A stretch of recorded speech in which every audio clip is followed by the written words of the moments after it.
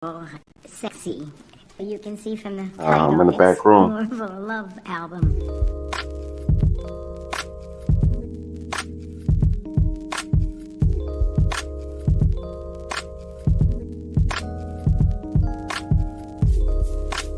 We still engaged. When he's ready to go, it'll say your mic is unmuted.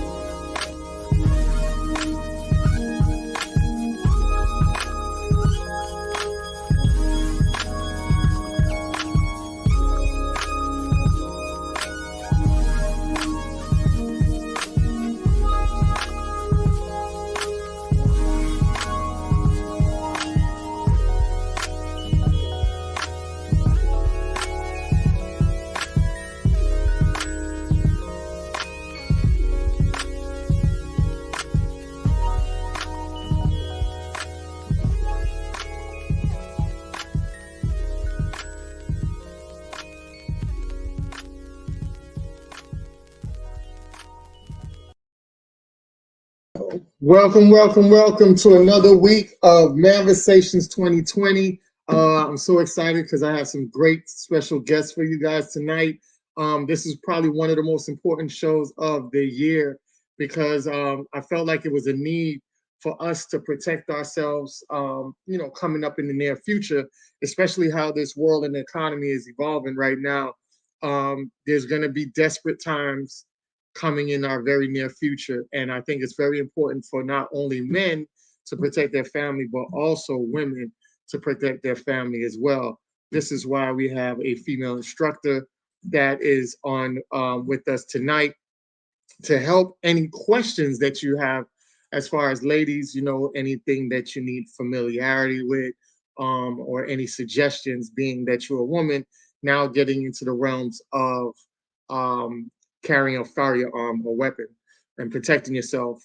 Child trafficking and human trafficking has gone up, especially with a lot of these illegal immigrants, which are undocumented.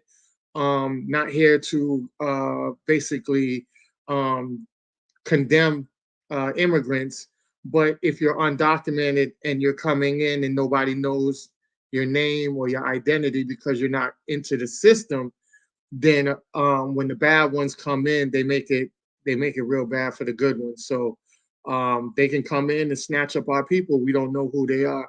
So it's very important for you guys to protect yourself away from any mischievous person or anybody with ill intent that might create harm or basically try to destroy your family by kidnapping them or anything else in that realm or nature. So with that being said, we definitely want to give you guys the information for you guys to protect yourself. And we have some great certified instructors that also, if you're in the region or area, that you can go out there and link up with them, get their personal contact, and start training with them as well. I know them. I know two of them personally, and they're super dope. Charles, as you guys know, I just met Charles recently, and from the feedback that I got, he's super dope as well. So you guys gonna get the best of the best on here tonight. When you see the accolades that they come with and the certifications that they come with, then you know you're in good hands. All right. All right. With that being said, fellas, everybody's good. I hope everybody's good. Let's get this ball rolling and cracking.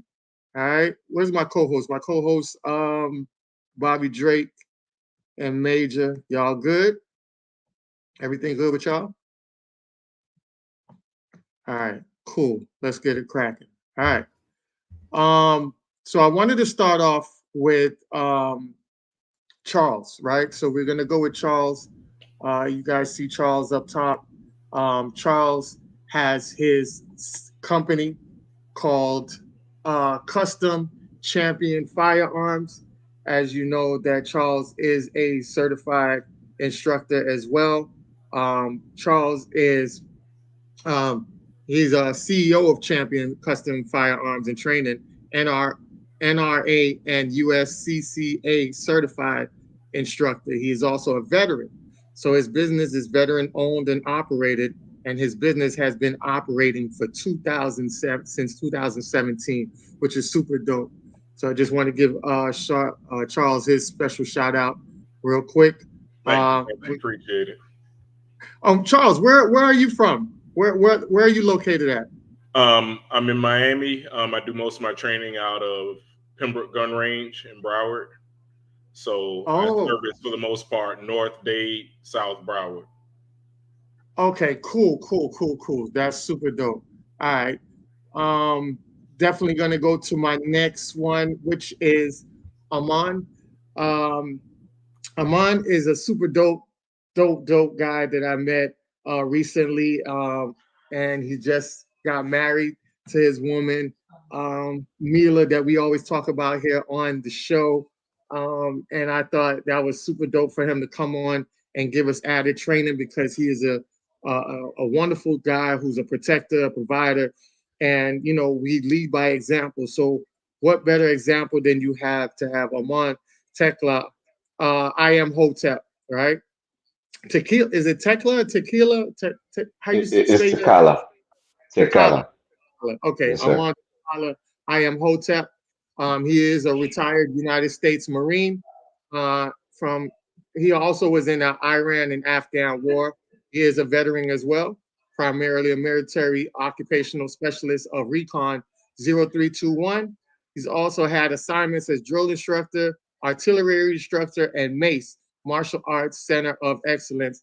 He's also served as a marksman instructor as well. This is the Anubis Gun Club. He does have a Facebook group. If you guys want to join in and get more information, you guys can log into that as well. And he also has a great backstory too, and I'll definitely let him bring that up later. And I'll go on to my next guest, which is James Holiday. James Holiday is a phenomenal guy. He's also on here with his wife. She's a little bit under the weather, so you guys can ask questions, and she'll be in the back, pretty much, giving the answers. And he can also answer as well. They're a duo. They've been doing their thing together. So James J. Holiday is the CEO of Taught and Loaded Firearms Education Academy. He is NRA certified firearms instructor as well. And his wife is Michelle Holiday, CEO of She Loaded Defense. You can follow her at She Loaded on IG and Facebook. She's specializing in defense weaponry for women. So that is super dope because, like I tell people all the time, representation matters. It matters. It matters when you see a little girl, when she looks up to another little girl, or she looks up to a grown woman, she sees herself in that image. So we want to make sure that everybody's covered. And we were so glad to have her on board to help with the ladies in any aspects or questions that women might have that men really too much typically don't have. All right. So with that being said, I definitely want to go back to Aman with his special, the backstory of how he left the army and then he went and felt like he needed to do more for his community, which he is doing a phenomenal job. So I'm gonna let him go ahead and tell you exactly what chapters he entered and what he's done with that. So Aman, you have the floor. Go ahead and let them know about that little backstory. Thank you. Before I begin, my name is Abunta Kale Matepu. I have the honor and duty of being the national chairman of the Anubis Gun Club. We've been around since 2017. The backstory is as such: when I retired from the Marine Corps in 2010, I was just basically average everyday Joe, just wanted a job like everybody else, right? I didn't know. I have done work for the people. I've worked for people most of my life, but mine was limited to NAACP. I didn't know no better, and I mean it like that. Okay, so as I transitioned out of the Marine Corps, I started noticing some things happening in the community that I haven't seen in 18 years of me being in the Marine Corps. You know, it comes to a point where you get brainwashed while you're in there if you're not careful, to the point where we're all the same, or we're all alike. I had my little different tones of friends, if you know what I mean. And you get washed into that community. You see it in the military, but not as much as you see it outside the military. So as I was going through my things, I did hip hop music for a while too. So I'm doing that, and I'm doing my regular job, minding my business. And I thought my purpose was to be a preacher because I come from 5 generations of them. So ended up being a youth pastor. And one sermon I gave was my last one, most important one, is I can no longer live a lie. I didn't write it. And I went and I preached that day, and I just went out the dome. But I said some harsh truths about the church that day. How are we supposed to be helping black people when you're taking all the black people's money in the poor community? How are we supposed to be a shining example for Christians when you can't even respect each other inside the church? Blah, blah, blah, blah, blah, right? So as I was driving home, my prayer was, I still remember, God, I'm really confused. Father, I wish you could give me some guidance. Well, that wasn't the answer I got. I heard a female voice before I went to bed. That messed me all up. But by the time I woke up, I was angry at the doggone world. This ain't no lie. This is verified. Okay. So I go on from there and I say, okay, well, if this ain't the walk I'm supposed to be in, what am I supposed to be doing to better our people? So I started by joining the new Black Panther Party. It's a good start, right? So I started doing that. I was on the Sister Crystal Muhammad in Houston, Texas. And I'm gonna say I parted ways with the new Black Panther Party on mutual grounds. Okay, because there were some things that were happening that didn't match what we were doing, if that makes sense. Okay, so I went from there and I joined an organization called the Huey P. Newton Gun Club. This is under Babu Mwala even today. And I started training with him, build a kind of a kinship with him. And I asked him one day, after based on what I've seen, I said, "Hey, is it okay if I structured a tactical support unit under the Huey P. Newton Gun Club because of the things that I'm seeing with not only police violence, but increased violence in the community as a whole? We need defenses." He said yes, and from there, the Nubis Gun Club was born 6 years later. We've done things like domestic violence rescues.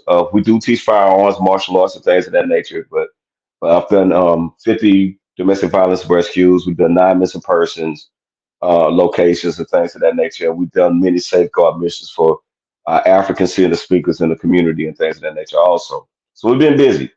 All right.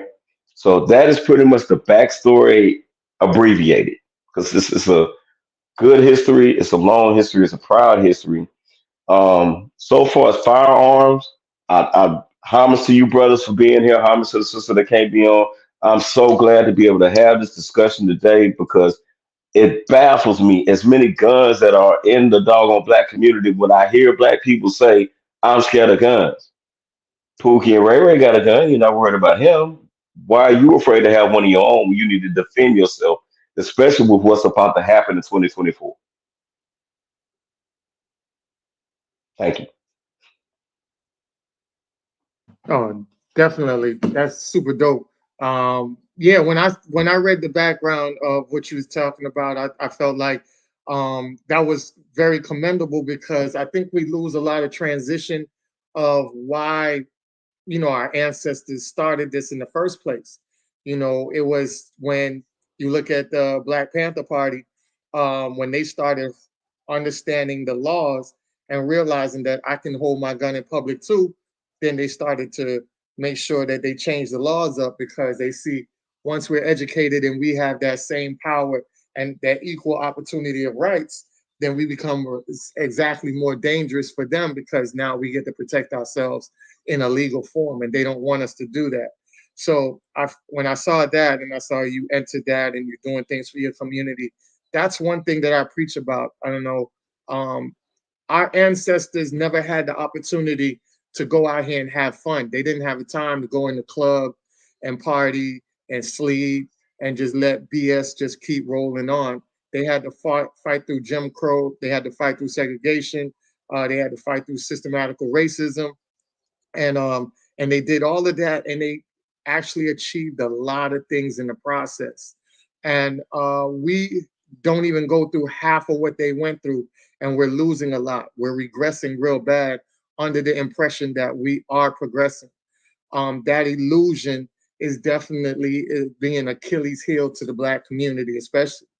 So I want to make sure that we did this program to help our people establish some form of protection and not be afraid of guns, like you said earlier, and to make sure that we have the knowledge and what we need to protect ourselves. Not only that, we always talked about Black Wall Street and building back Black Wall Street.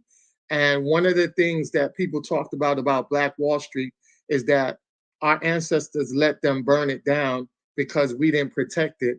We didn't protect ourselves. We didn't have the ammunition and things like that, which was a false narrative. But if you want to go along with that premises, then now is the time for us to learn that. So that way, when we build our Black Wall Streets back, we won't have those issues. All right. So it's easy for us to blame the past, but it's up to us to control the future. So that's what we're doing here. This is what we want you guys to get the information, and we have phenomenal instructors with great credentials and backgrounds to help you gain that. So this is why we always tell you, whatever questions you have, answer, ask them, and they'll answer it for you. If they don't have the answers, they'll lead you in the right direction to go get the answers. So this is why we wanted to bring this program here. I want to get into Charles because Charles I want you to give your little backstory as well, because you are also a veteran as well. And let us know how that helped you out into getting into being an instructor yourself. So funny enough, my military background didn't lead me to being an instructor. You know, Oh. Gave me the initial skills, but had no initial bearing on what it is I do now. It's beneficial now, you know what I mean? But initially, I wasn't a part of it. So I actually started the training portion of my company, because Champion Custom Firearms. I was just building and customizing firearms for people. Cerakoting, laser engraving, all the cool stuff, all the guns you see with colors and designs. That was me. And in doing that, people kept coming up to me saying, "Are you an instructor? Do you know where I can find one?" So on and so forth. And, you know, I would help people out with things here and there, but never thought of going the instructor route.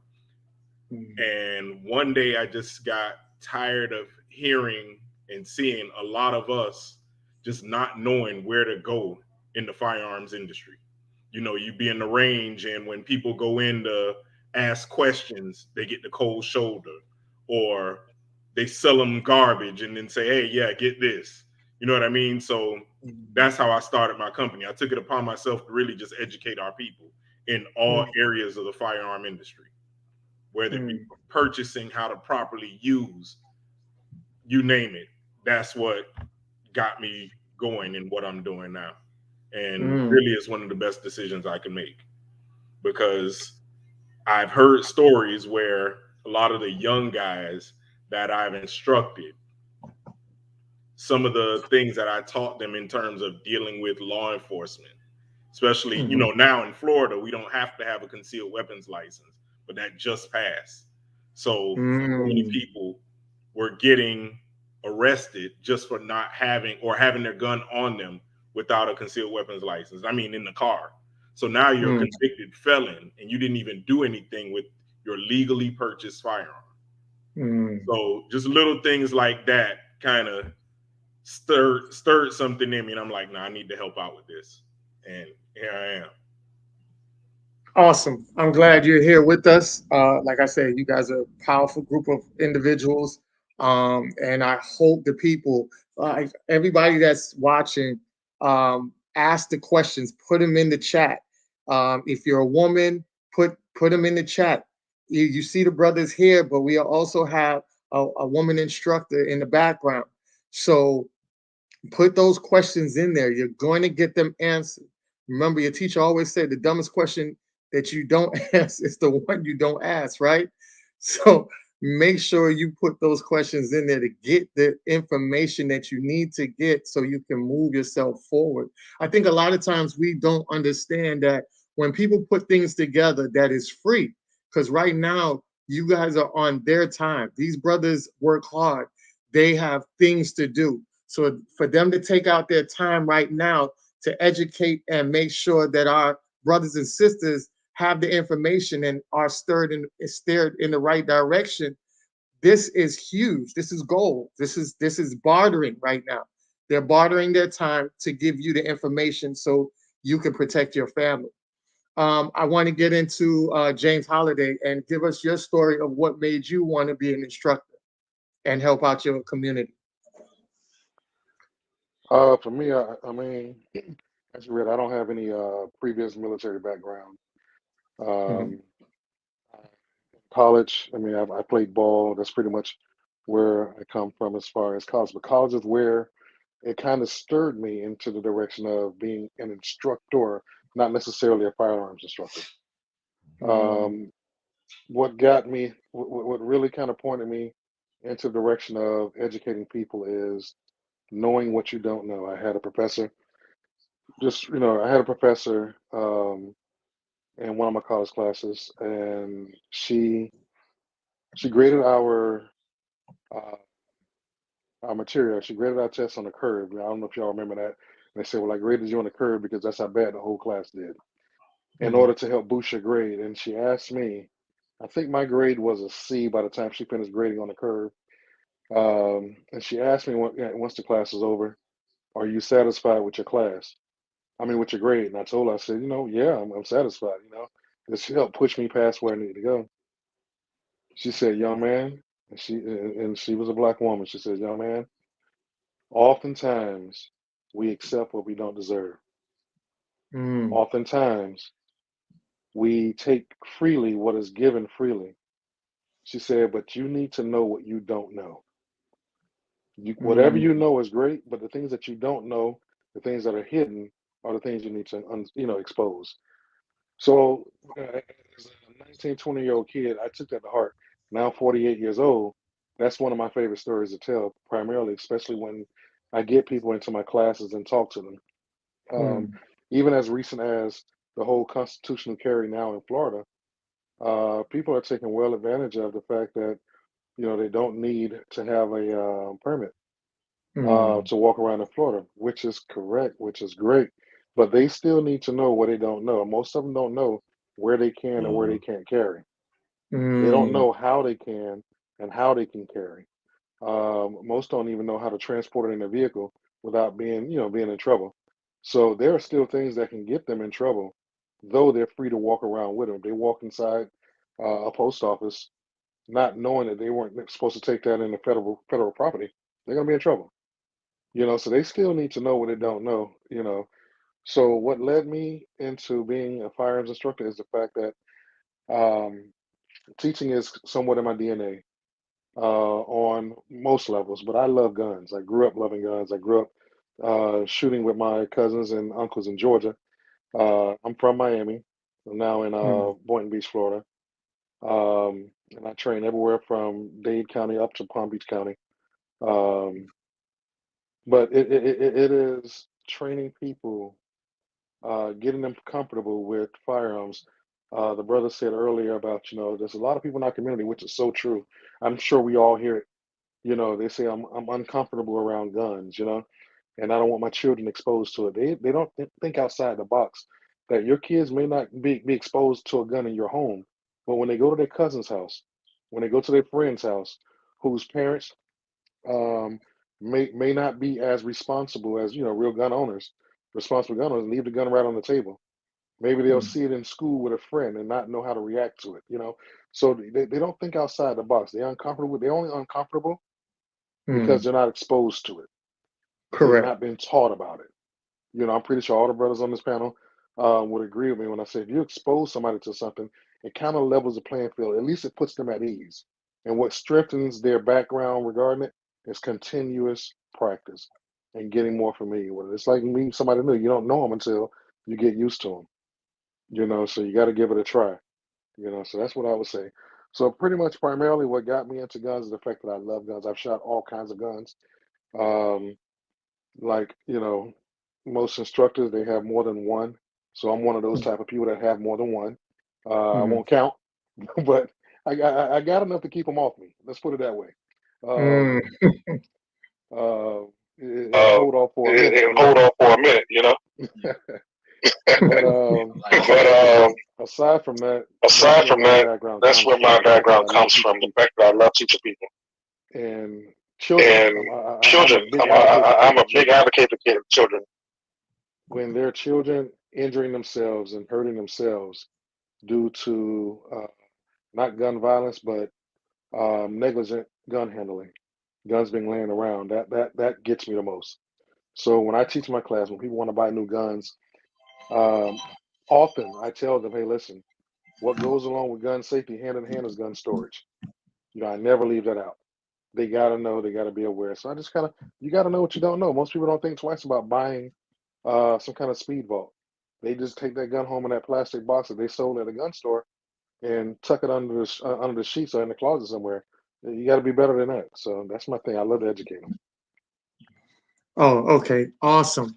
Um, I do know that a lot of times people uh, are saying that they don't have the knowledge, they're not experienced, and they're kind of scared. And it's not just women. There's men that are scared to pick up a firearm as well.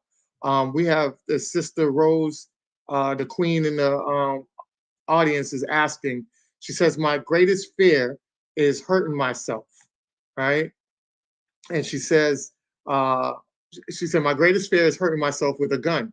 Do you all recommend training with rubber guns first or straight to the metal? I recommend you can. There's nothing wrong with having a trainer to learn proper mechanics. There's nothing wrong with that at all. But the only way you're really gonna get used to a firearm is to put the firearm in your hand, pull the trigger, feel the recoil, feel how it moves in your hand. All right. So what I do is because I have a trainer also that I use, I do a lot of dry firing because I also compete. So with that being said, I have my pistol trainer and I constantly push out, push out. I check my mechanics, my wrist, my whole ratio and everything like that. That's what you need a rubber pistol for. But it's not going to teach you recoil. It's not going to teach you Mm, recoil management. It's not going to teach you to get used to that pop without flinching. Because the number one thing I said it to every sister, and a lot of brothers. The first thing I tell them, you sight in on target? Yep. All right. Slow, steady, squeeze. And they'll do this. And I said, all right, now we're gonna do it again, but this time stop flinching because you just missed the whole target. So you can't get used to recoil unless you use the iron. So I say both at the same time. Start to get your mechanics first with the rubber, then transition over smoothly to the iron. Hmm. Charles, what you think? What do you say? So to piggyback on that, he's exactly right. In my classes, especially with new people, I do put a trainer in their hand, and once we start doing live fire, I normally start with a small caliber, 22. Hmm. So I'll give them mm, 22 before we jump into 9 millimeter, and we do it that way, especially when it's somebody who's very nervous. I remember a student in particular I had. The the young lady had just come out of a domestic situation. So she comes, she's like, okay, I need to be able to protect myself in the event something happens again. But she was afraid of guns based on what she had gone through because a gun was involved. And that was one of the first times when I really felt in my heart like just wanting to do something for somebody. So we get to the part where, okay, we're done with the trainer. We're just working on learning how to align her sights. And she had the gun in her hand and tears just started coming down. You know what I mean? So it's the fear of the firearm, but also the fear of not knowing what to do with it. And she was just completely overwhelmed. So with new people, start slow because it's a process. You know, we all start somewhere, and the most important step is the first step. So start slow. If you have to go through a class and it's just with the trainer, nothing wrong with that. And then mm, you follow up with the next one, and okay, we'll go with something smaller, 22 or whatever. Go over safety. You know, there's a lot more than just picking up the gun and pressing the trigger and shooting. You know, the safety aspect. Like Brother Amhotep said, just getting the proper grip and getting the right sight picture. I mean, that's a lot. So we can do a whole lot before a trigger gets pressed. You understand? So start small, but start more than anything. Start. I would can you hear me out? Okay. No, I no, would go ahead. Yeah, I can hear you. I'm sorry. okay, good. And I guess I'm piggybacking off both of the brothers. I have trainers, but I don't use them because my class is a little bit different. When I bring a person in, whether they're new or intermediate or advanced, I treat every person that I train for the first time as though they know anything, right? As though they know nothing. And I explain that to them for one reason, because along the way you could have picked up some bad habits here or there, especially if you haven't been trained by a professional, right? So my trainer is an empty 22 that I use. Um, I like the Glock 44, right? And it is a compact 22, very, very light. No ammunition at all. The first thing that I do is teach them the anatomy of the pistol, all of the parts of the pistol, while we're standing in the range. Because what I want, my psychology is, I'm going to put you in a live firing scenario where we're not firing anything. Meaning there's gunfire going all around me. In different bays, people are shooting. A lot of people are jumpy in the beginning. You know, what I've seen and what I've experienced is people, they get jittery in the front, in the front of the class, in the beginning of the class. But over time, while they're in that class, while they're in that gun range with me for an hour and a half, 2 hours, they kind of forget about the other popping that's going around them because they've been, in that environment, right? That's kind of a natural progression. Now, I say that to say this: before I'll take literally 40, 45 minutes walking through step by step, from teaching them the anatomy of the pistol to literally how to pick it up properly, how to do a safety check on it, how to load it, how to unload it, how to get a grip, get a stance, understanding your front and rear sights, how to use them, and then understanding where you place your finger on the trigger, right? And we go through those things in the progression. That usually takes anywhere between 45 minutes, sometimes even a whole hour.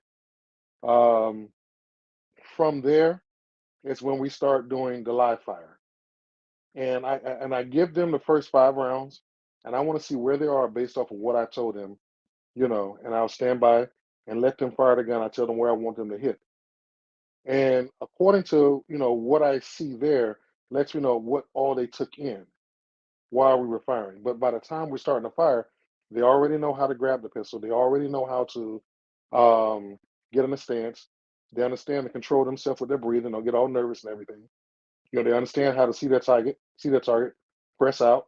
They understand these things, of course. So I try to walk them into a comfort zone, and I'm pretty sure we don't train the same, but I'm pretty sure we're all somewhat similar in making sure our students are comfortable because, again, they got to know what they don't know, and it's our job to make them comfortable with it.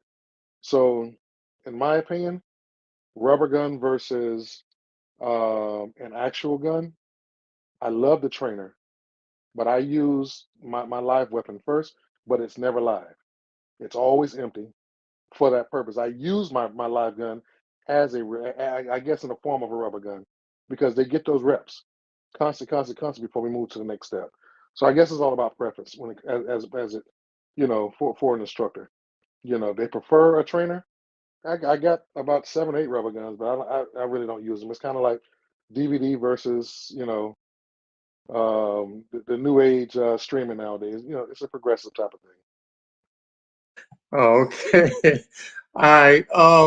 Okay, so real quick, I know Rose asked Brother Armand if you still are offering virtual gun training and also women's self-defense classes.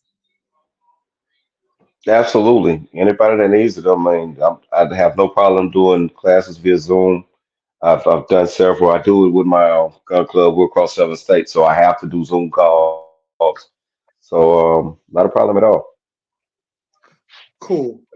James, your wife, does she do classes if they want to come in, hands in? I know you're in the Boynton Beach area, which is Yeah, pretty much West Palm. Does she do classes up there or she's virtual as well? yeah, she does. She does a lot of instructing, primarily in what do you call it? Pumping over on the Atlantic range. From there, Delray Shooting Center, and also Gator Guns, where she'll take a class of women and teach them. She not only teaches with the lethal weapon, she started out with the non-lethal options, with the batons, the little 7-inch sharp batons, batons, maces, things of that nature. She's more on the non-lethal side, but she's also good with it also with the firearms. So, Okay. but she tried to teach be a little bit more practical. Most people think gun safety, gun safety, gun safety, but there are also non-lethal options that she would have been great for, but she's like really not feeling good right now. She's Yeah. actually over there snoring, so I apologize for No, her that's fine. absence, but I can definitely answer, from her perspective of what she really, get into. True. And plus, she has her, like I said, anybody that wants to go and ask questions, she's on Instagram and Facebook as She's Loaded. And you could inbox her and she'll get back to you as soon as she can. Right now, she's under the weather. Um, it's a little unfortunate, but we still have her information. So even when you watching it now or playback or whenever you get time, you can inbox her and ask the questions if you need from a lady to lady. And also, Aman has his Annabis Gun Club. You guys can go and contact him, go into his social medias and ask him when he's doing his classes and everything like that as well.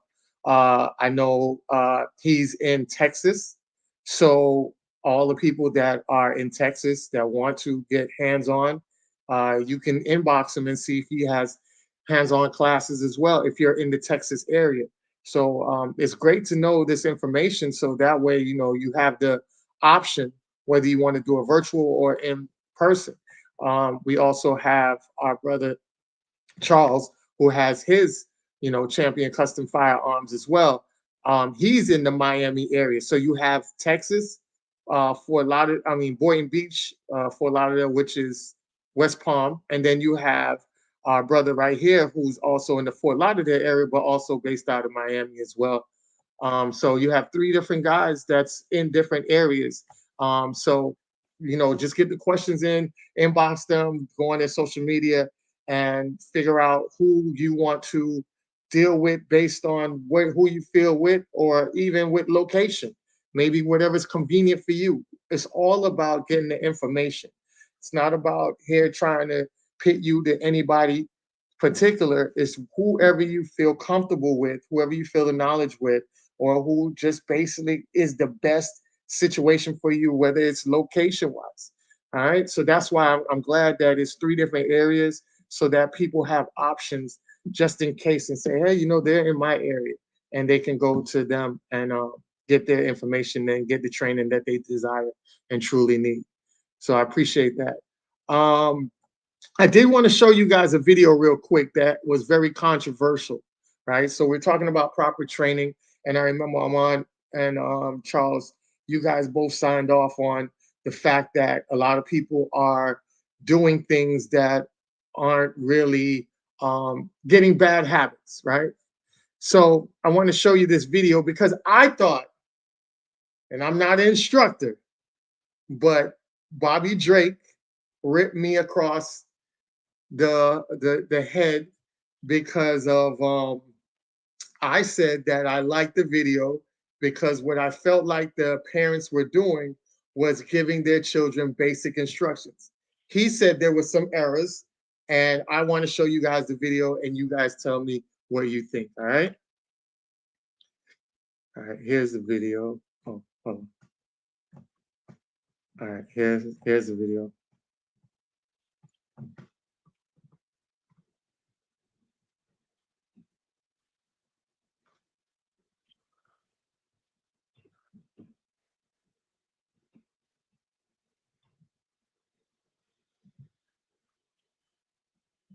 All right, so that's the video.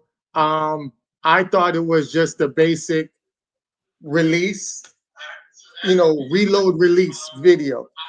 Um, Drake ripped me for it, and he said, "Yeah, it looks good, but there's a lot of issues I have with it." Yeah. So I wanted you guys to go ahead and let me know what you felt.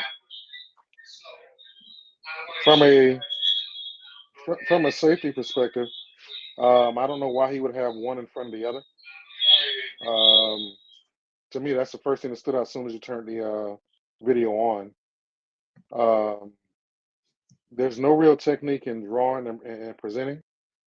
You can hurt yourself if you draw them properly. You can either get tangled up with pulling your pistol out, the way she's like swinging it out to the side to bring it forward. There's a lot wrong with that. I commend the person for working with his kids. I'll never take that away. But to put someone in front, that's an automatic no-no. Even when we train, listen, even if the weapon is empty, it is still loaded. That's the way you're supposed to think. That's the mindset. It is always loaded. It is always loaded, and no one, is supposed to be in front of a loaded gun. Period. I'll let the other brothers chime in. Okay. Go. You guys, anyone? Charles, Amon? Well, yeah, just like James said, that was the first thing that jumped out at me. They were staggered, one right in front of the other. Um, I applaud the parents for, doing it. Clearly, the young ladies aren't afraid; they're comfortable. But there are a lot of bad habits that are developed. Like the stances weren't that great. Mm-hmm. And like James said, on the presentation, they basically were fishing. We're either going over, we're coming under. It wasn't right, but I won't necessarily drag them because they started someplace. They started, you know what I mean? Yeah. And usually it's the complete opposite, especially with our people. It's like, oh no, guns are bad. We're not doing that. Oh, no, I don't want the kids touching them. So for them to be where they are, I mean, I've seen adults not as good as them, sadly. Mm. So I commend, but yeah, there are a lot of things can be worked on in that scenario with those girls. Oh, okay. Cool. Amon? I absolutely agree with every brother that has spoken right now. Us being instructors, I'm pretty sure they had the same expression I had. We freak out immediately, like stop, no. Uh, like the gentleman said, them shooting in front of each other, them dry firing in front of each other, absolute no no. And I asked myself, why did they spaced apart at least 3 feet apart, 4 feet, and two, the mechanics like the gentleman said, in regards to your draw, instead of coming out at maybe a 90 and bring your body out to a 90, they're doing some 360 stuff that I don't know where they got that from, but no. Um, the mag change. I look at, I teach my team and I teach the people I train their workstations. Everything's in the flick of the wrist, everything. So if I would show you right now, I have my pistol right here. It's unloaded. Please, everybody verify. Weapons to the rear. Chambers to the rear. Okay, so if first of all, the way you hold your pistol, and I'm not gonna point this at you because again, when we point, that's flagging. That's a no-no. So I'll hold everything at 6 and 12. Okay, when I'm dry firing. Okay, so as I have my pistol, if I punch out, which I'm at a wall right now, nobody's in front. But if I punch out, my hands are a certain way. If you look at my hand positioning, again, I'm not pointing at anybody. So it's a whole lot of mechanical errors there. Good on the man for showing everybody the importance of teaching your children firearms. But don't be an instructor if you're not an instructor. I'll tell everybody that. Just because you have a weapon, and a lot of our fathers, a lot of our brothers, kudos to you for trying to take over. But I'm also a contractor. You know what I say when people try to fix stuff? If you've never done it before, just hire somebody to do it. Okay, because you're gonna teach the wrong mechanics, and these children as they grow older, they never get this training because daddy taught me, my daddy taught me, my daddy taught me. Then all of a sudden, you don't teach them stuff like the importance of having a proper holster. Mm. You don't teach them the kind of holsters to have. They don't know the difference between a level 1 or level 2 holster or level 3 holster. They don't know that. They don't know the importance of it, and those are very important. you know. So if they go to draw and they do this big circle thing, first of all, you've taken reaction time away.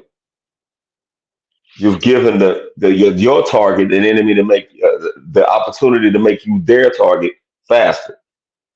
Okay, so it's a whole lot of mechanical errors. It's just we got a lot of learning to do across the board, and part of that to me was kind of like, is he doing this for show? Because if he's doing this for show, you basically taught everybody that it's okay to teach your children how to be reckless with a pistol. Mm. Oh, okay. So that's what I got out of I it. yeah, I appreciate the feedback. My apologies, Bobby Drake. I understood what he was You gotta saying. chill, bro. Uh, You gotta I chill. understand. What you mean? Nah, I wasn't jumping on your back though. I would just say pretty much what the brothers said, is the same type of wave that I was on with it.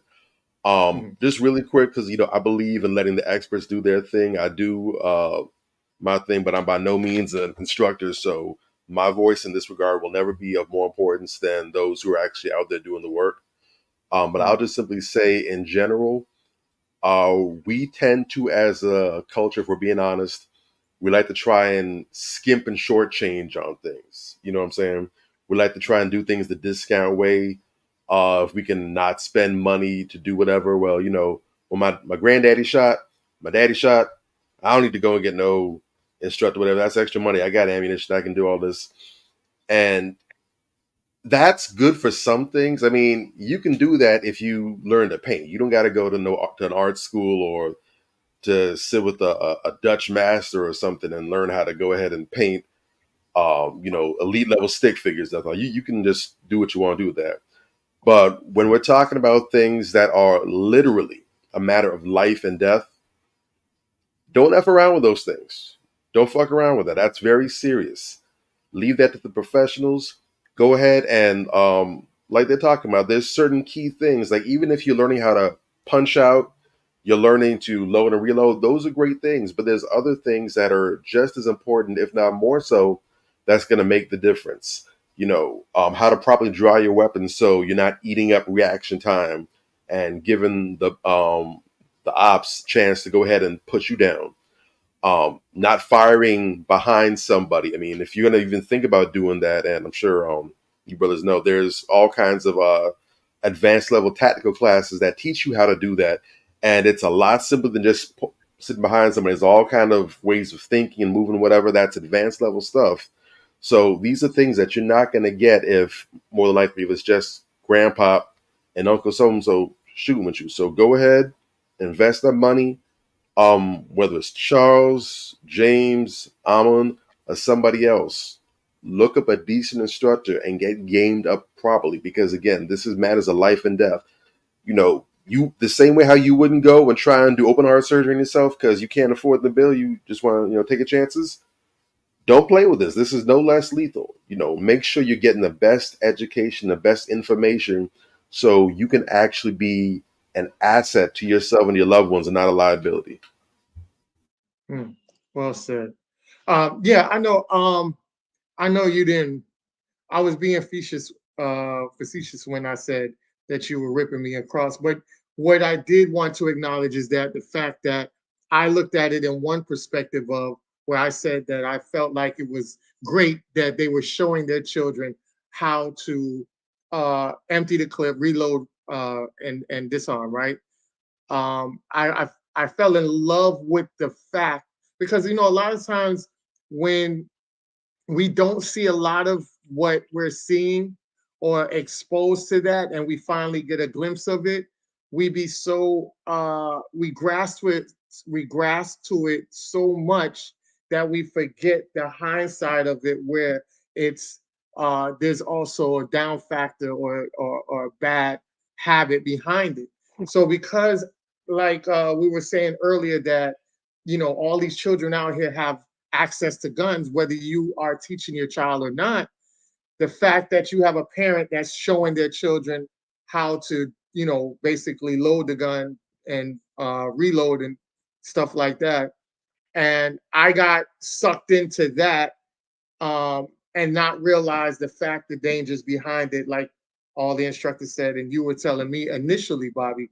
So now that I get all that information, now I see that it becomes more of a problem than just the fact of it being looked at as being so gracious. So that's why I wanted to bring the fact that we had that discussion up to show that, hey, even your friend can say to you and point out to you like, hey, there's an issue with this. And seeing it from that angle made me realize, okay, dang, okay, I didn't even know I was sitting here promoting something that can end up backfiring and harming a lot of children in the process. So I just want to thank you fellas for that. And this is why we wanted to bring this conversation to a lot of people, because what looks like something that is so harmless and is joyful to us can also be an Achilles heel and cause major damage and safety issues for the same people that we're trying to protect and love. I have a couple of questions for you guys. But I wanted to see what was your thoughts on this. Somebody had gave me a couple of questions to ask you guys. So they wanted to know, as a first-time gun owner, where do you start? Can you give some beginners pointers and suggestions? And this is from a woman.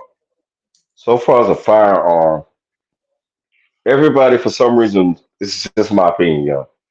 Mhm. They automatically run to the smallest gun they can find. You have to realize this is your home defense weapon. Okay, so some people will say, "Well, can I get a 22?" You can. I mean, it's better to have something than nothing.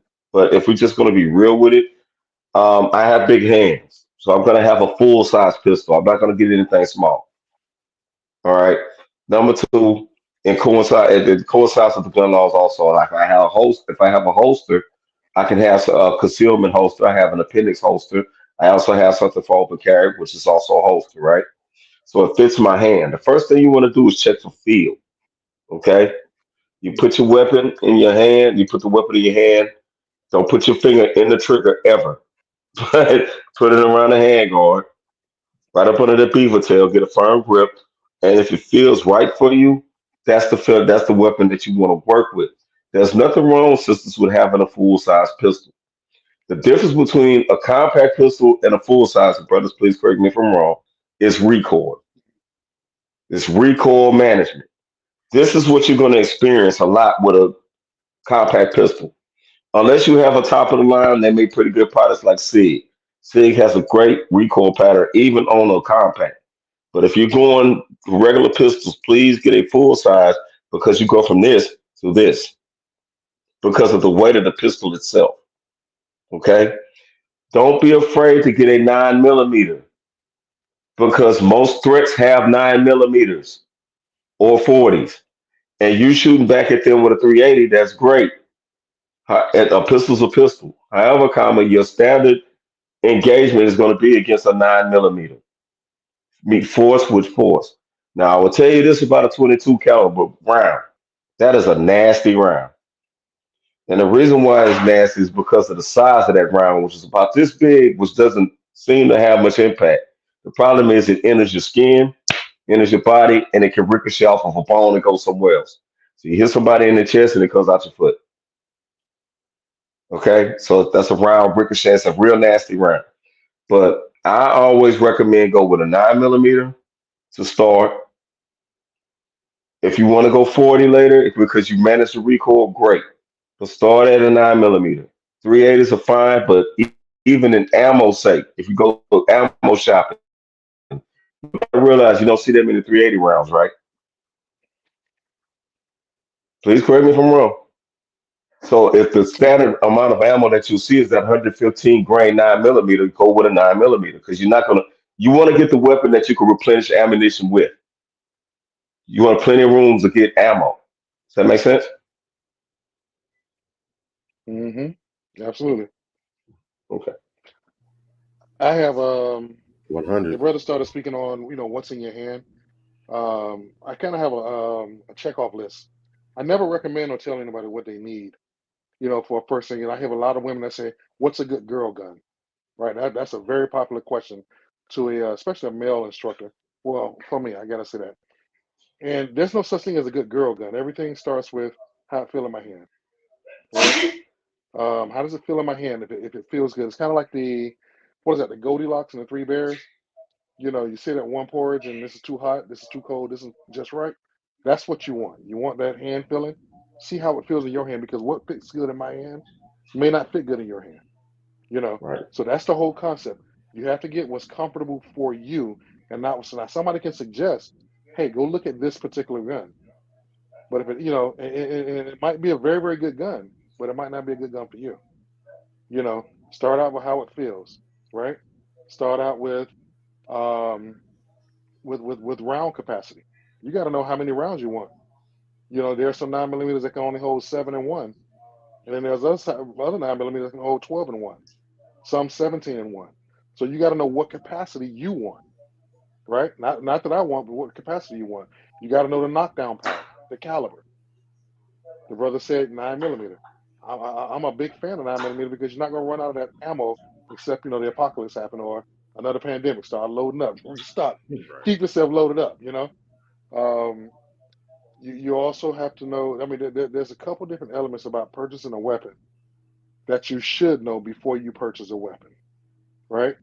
Prime example, if you go to a gun dealer, I don't care where you go, if a gun dealer has a gun that's on his shelf that he hasn't sold in 4 months, but he has 2 or 3 models that keeps flying off the shelf, and he can catch on that you're a newbie, he's gonna try. If he's smart, he's gonna try and get that one out of the shop that he hasn't sold in 4 months. Why? Because he's in the business of money. This is the reason why you have to know how to shop for a weapon for yourself. Don't buy anything, right?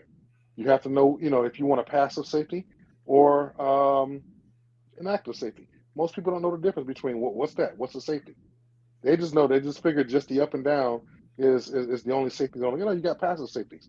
Glocks have them, SIGs have them, even in the trigger mechanism. So you have to know the different things about purchasing a weapon before you make that final purchase. You got to know the gun you want, period. I have a question, man.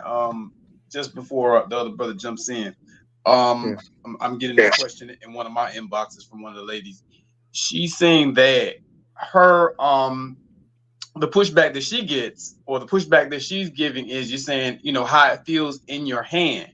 But what she's saying is the weight of the gun itself feels intimidating in her hand. So that's why she's comfortable with the 22, the 380, what have you. So basically, how does she get past that? You know what I mean? Because she's acknowledging that it's a fear. Right. But she doesn't know what the right gun would be or how to determine the weight, feeling comfortable in her hand, being that the weight is the problem. If that makes sense. So it does. It does. And one of the things that I would say, Major, can you mute? Major, can you get feedback? Yeah. Can you hear me, sir? You're good now. Okay. So one of the things that I would suggest is maybe something with a smaller round count, and then that might reduce some of the weight. I still wouldn't necessarily suggest going the 22 route. And I know when I'm working with people and they're trying to decide what gun they want to purchase, one of the things, we go to the range and we try different ones at the range. At least 4 of them, sometimes 5. And they're usually similar in size, because one of the first things I want to find out is what's the intended purpose of you having it. Is it to carry with you? Is it to stay at home? What's your intended purpose for this particular firearm?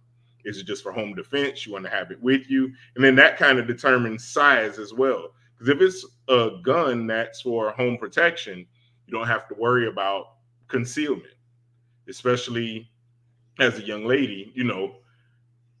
It's hard for them. They have to dress around their gun. For the most part with us, our shirt's always outside. We're in the waist with our guns. For women, it's a little different where they might carry. And then that would also determine size of the gun.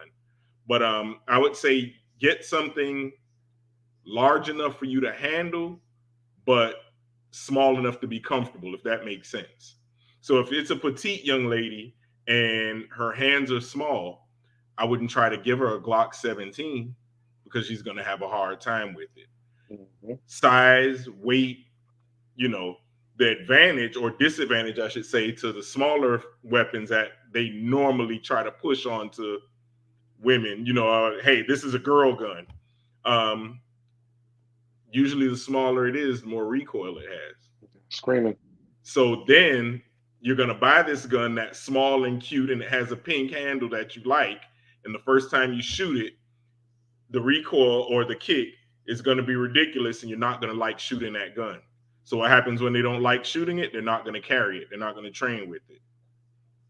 You know what I mean? So that's actually going against the intended purpose. So we want you to get comfortable with something. So for me, when I have people searching for guns, I'm like, let's go to the range and let's try a few. So it'll start with, oh, this one looks nice. Oh, I like that one. Oh, somebody told me about that one. And then when you shoot it, like, I don't really like that one. And that's kind of how you figure it out. So definitely try first before actually buying. Mm-hmm. And I always tell people, buy once, cry once. So don't go, get one of the budget guns that they try to push off on you at the range, and then you get it, don't like it, end up having to buy something else later on because now you bought two.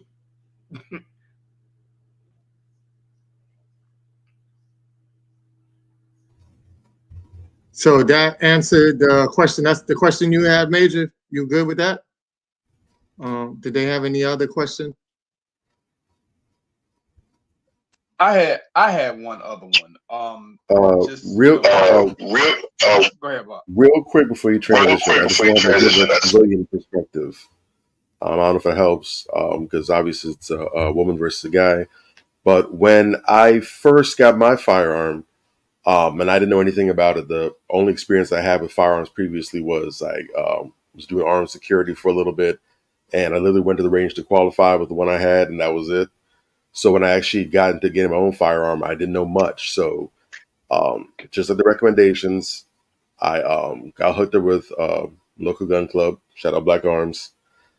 And, I was on the range for a number of weeks. I mean, I was like getting hounded, when you're going to get your own firearm, when you're going to get your own firearm. Like, well, I don't know what I want just yet.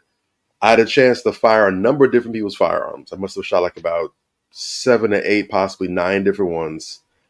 And it just so happened that the first one I ended up firing was the one I ended up getting for my own later on. But I went through the process. I was firing different ones. But as I was trying different ones, different brands, different models, nothing felt as good to me as the first one that I shot. And I found myself, without even realizing it, I was subconsciously measuring all the other ones up to the way I felt with the first one. And I never quite got the same response. I never got the same results that I did with that first one. And that ended up being the model I went with. Now, that gun, that was a CZ75B.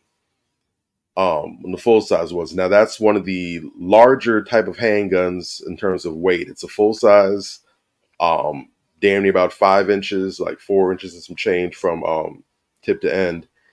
And it's also one of the heavier handguns out there because it's all steel. It's not one of those polymer type ones. It's not a semi. That's all steel. So it's a heavy one too. I'm a bigger guy, so I kind of have that advantage. And then I realized one of the things that I liked about it being heavy, because I'm thinking, well, this is kind of big. Maybe this isn't practical.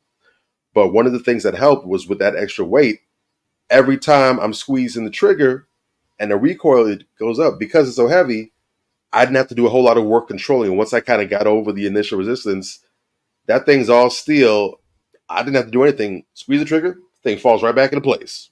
Boom. So instead of having to fire and try, kind of aim, I'm just boom. It literally drops right back in front of me. So that ended up being what I was most comfortable with. And because I do have some additional size, man, I'm like, you know what? I was looking for the longest to say, well, maybe I need to get a compact or like something between a compact and a full size. I'm like, you know what? I like this so much and I feel so comfortable. I don't know if I would trust anything else for my EDC. And so that's the one that I use for my primary carry. And I just, able to make up the difference when I carry it. So just because it feels heavier, don't let that be intimidating. That extra weight might actually be a benefit to you as long as you're able to control it. So I would say maybe if it's a firearm that you feel comfortable with sucking through about 2 to 3 magazines with, and your hands not getting fatigued and tired, I'd say stick with that. Because if that extra weight will help you control it better, it also kind of give you a more confident feel. I think it's more about rewiring how you see it. So in your mind, you're seeing a heavier firearm as dangerous, intimidating. I would say if you have one that is solid, take some time breaking it in. Put maybe, if you can, put about 100 rounds through it, kind of build that familiarity with it, and see if you can overcome that. But if not, get something a little bit smaller, because ultimately it's not just about how it fires, how it rides, recoils, but mentally you have to be in sync with that firearm too. So if you still have that monkey on your back that's saying this doesn't feel right, this feels off, then you're better off just learning how to manage a snappier firearm if you're comfortable with it, than having this kind of, intimidation on your back with a heavier one.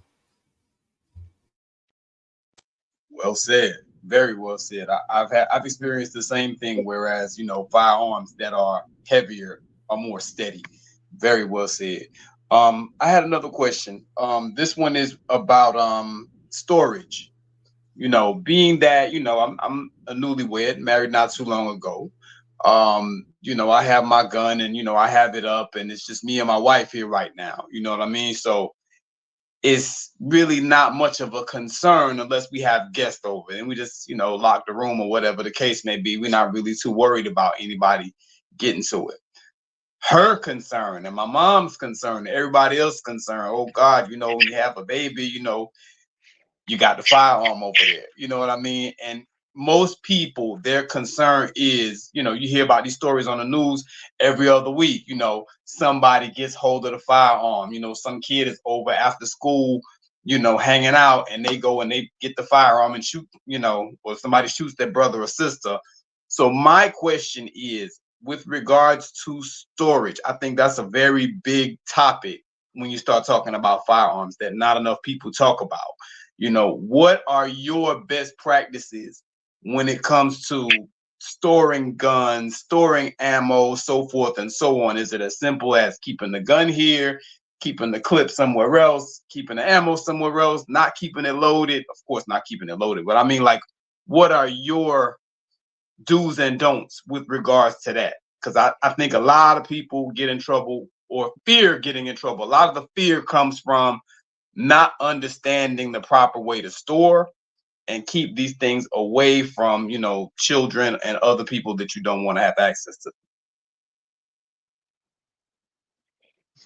I'll start out. I'm big on teaching people you always need to know the condition of your weapon at all times, right? So when you start developing bad habits of taking the magazine out, leaving it over there, storing it over there while the gun is over here, most people don't realize that by taking that magazine out the gun, and if there's still one inside the chamber, depending on the manufacturer, that gun will still fire, right? Some don't know that. Some guns won't fire and some guns will, right? So you have to know your gun, first of all. Secondly, I am big on gun storage because I don't care if it's just you and your mate that live in that one house. You have to start practicing good habits, right? So if you want to just throw it in the drawer, right? Give me a good scenario. If you just want to throw it in the drawer and you come home, put it in the drawer, your nightstand or whatever, you lay down and you go to sleep. On every practical morning you wake up, you slide your drawer open, you grab your gun, and you go on about your day. But things change in the heat of the moment, right? As easy as it was for you to grab your weapon every morning and walk out of the door, when something real serious happens, your mechanics will fail you. Your basic mechanics will fail you because you're heightened, your adrenaline, you're heightened at this point. So you'll find yourself fumbling with the drawer, trying to pull the drawer open because now you hear somebody in your house. You're not sure what's going on. It's dark. Now what you do normally every day don't necessarily run the same way because you're heightened. Everything is pushed up. And if you're one of those ones that keeps the magazine way over there, you could forget that the magazine's not even in a gun. You have to be comfortable knowing where your stuff is, but at the end of the day, you have to start developing good habits, keeping it the way you're comfortable keeping it, but keeping it the same way every single day, right? I'm big on gun storage. Get you a speed vault where you either use key depressant or biometrics, which is fingerprint technology, and 1, 2, pop, that door pops open for you. That's better than putting it in a drawer because you're securing it from all unauthorized users, right? At any given point. And it only opens up when you put that code on it. Be consistent, know your weapon, where it is, and what condition it's in at all times. That's me. I myself personally, whenever I travel, I have this with me. That's my case. Okay, I don't leave my gun usually laid out all over the place because my weapon is in my case, even by my bed. All I gotta do is flip it open. Yes, I also I'll say get gun safes and things like that. Like the brother said, get a bump safe, biometric. But if you're traveling, you go into your car, there's nothing wrong with putting your weapon in the case. That's what they make them for. Your mags are right there. All right. Now, when I'm going to the range or something to that effect, I have my holster on me. Some people say you could put a magnetic holster in your truck, and that's one of my vehicles. I actually did have a magnet holster. Problem with that is you're driving, you could probably kick it by accident, something like that. It comes off when pressing the brake or mashing the gas, right? So I just make a good practice to keep my weapon in the case. All right. Now, when I'm out, my weapon's in my holster. Okay. So if anybody were to come in my house at night, well, my weapon's right there. It's in the case. But it's usually unlocked if I'm by it. But if I'm not by it, my case is locked. Which I don't know why I'd ever be away from my weapon, but I'm just saying if I'm away from it, my case is locked. I don't want anybody messing with it. You need to treat your weapon like it's I don't have a lot of jewelry, but let's say that nice diamond watch you have, you don't want anybody to touch it unless you're wearing it. Does that make sense? You treat your weapon the same way. All right. If you take it off, do what? You put your watch in the case, right? So when I'm not using my weapon's in the case. It's secure. It's locked. It's by me. All right.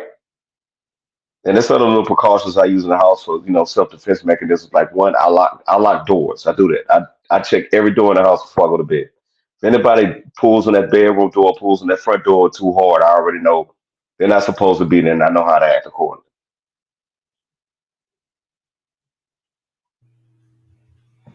So for me,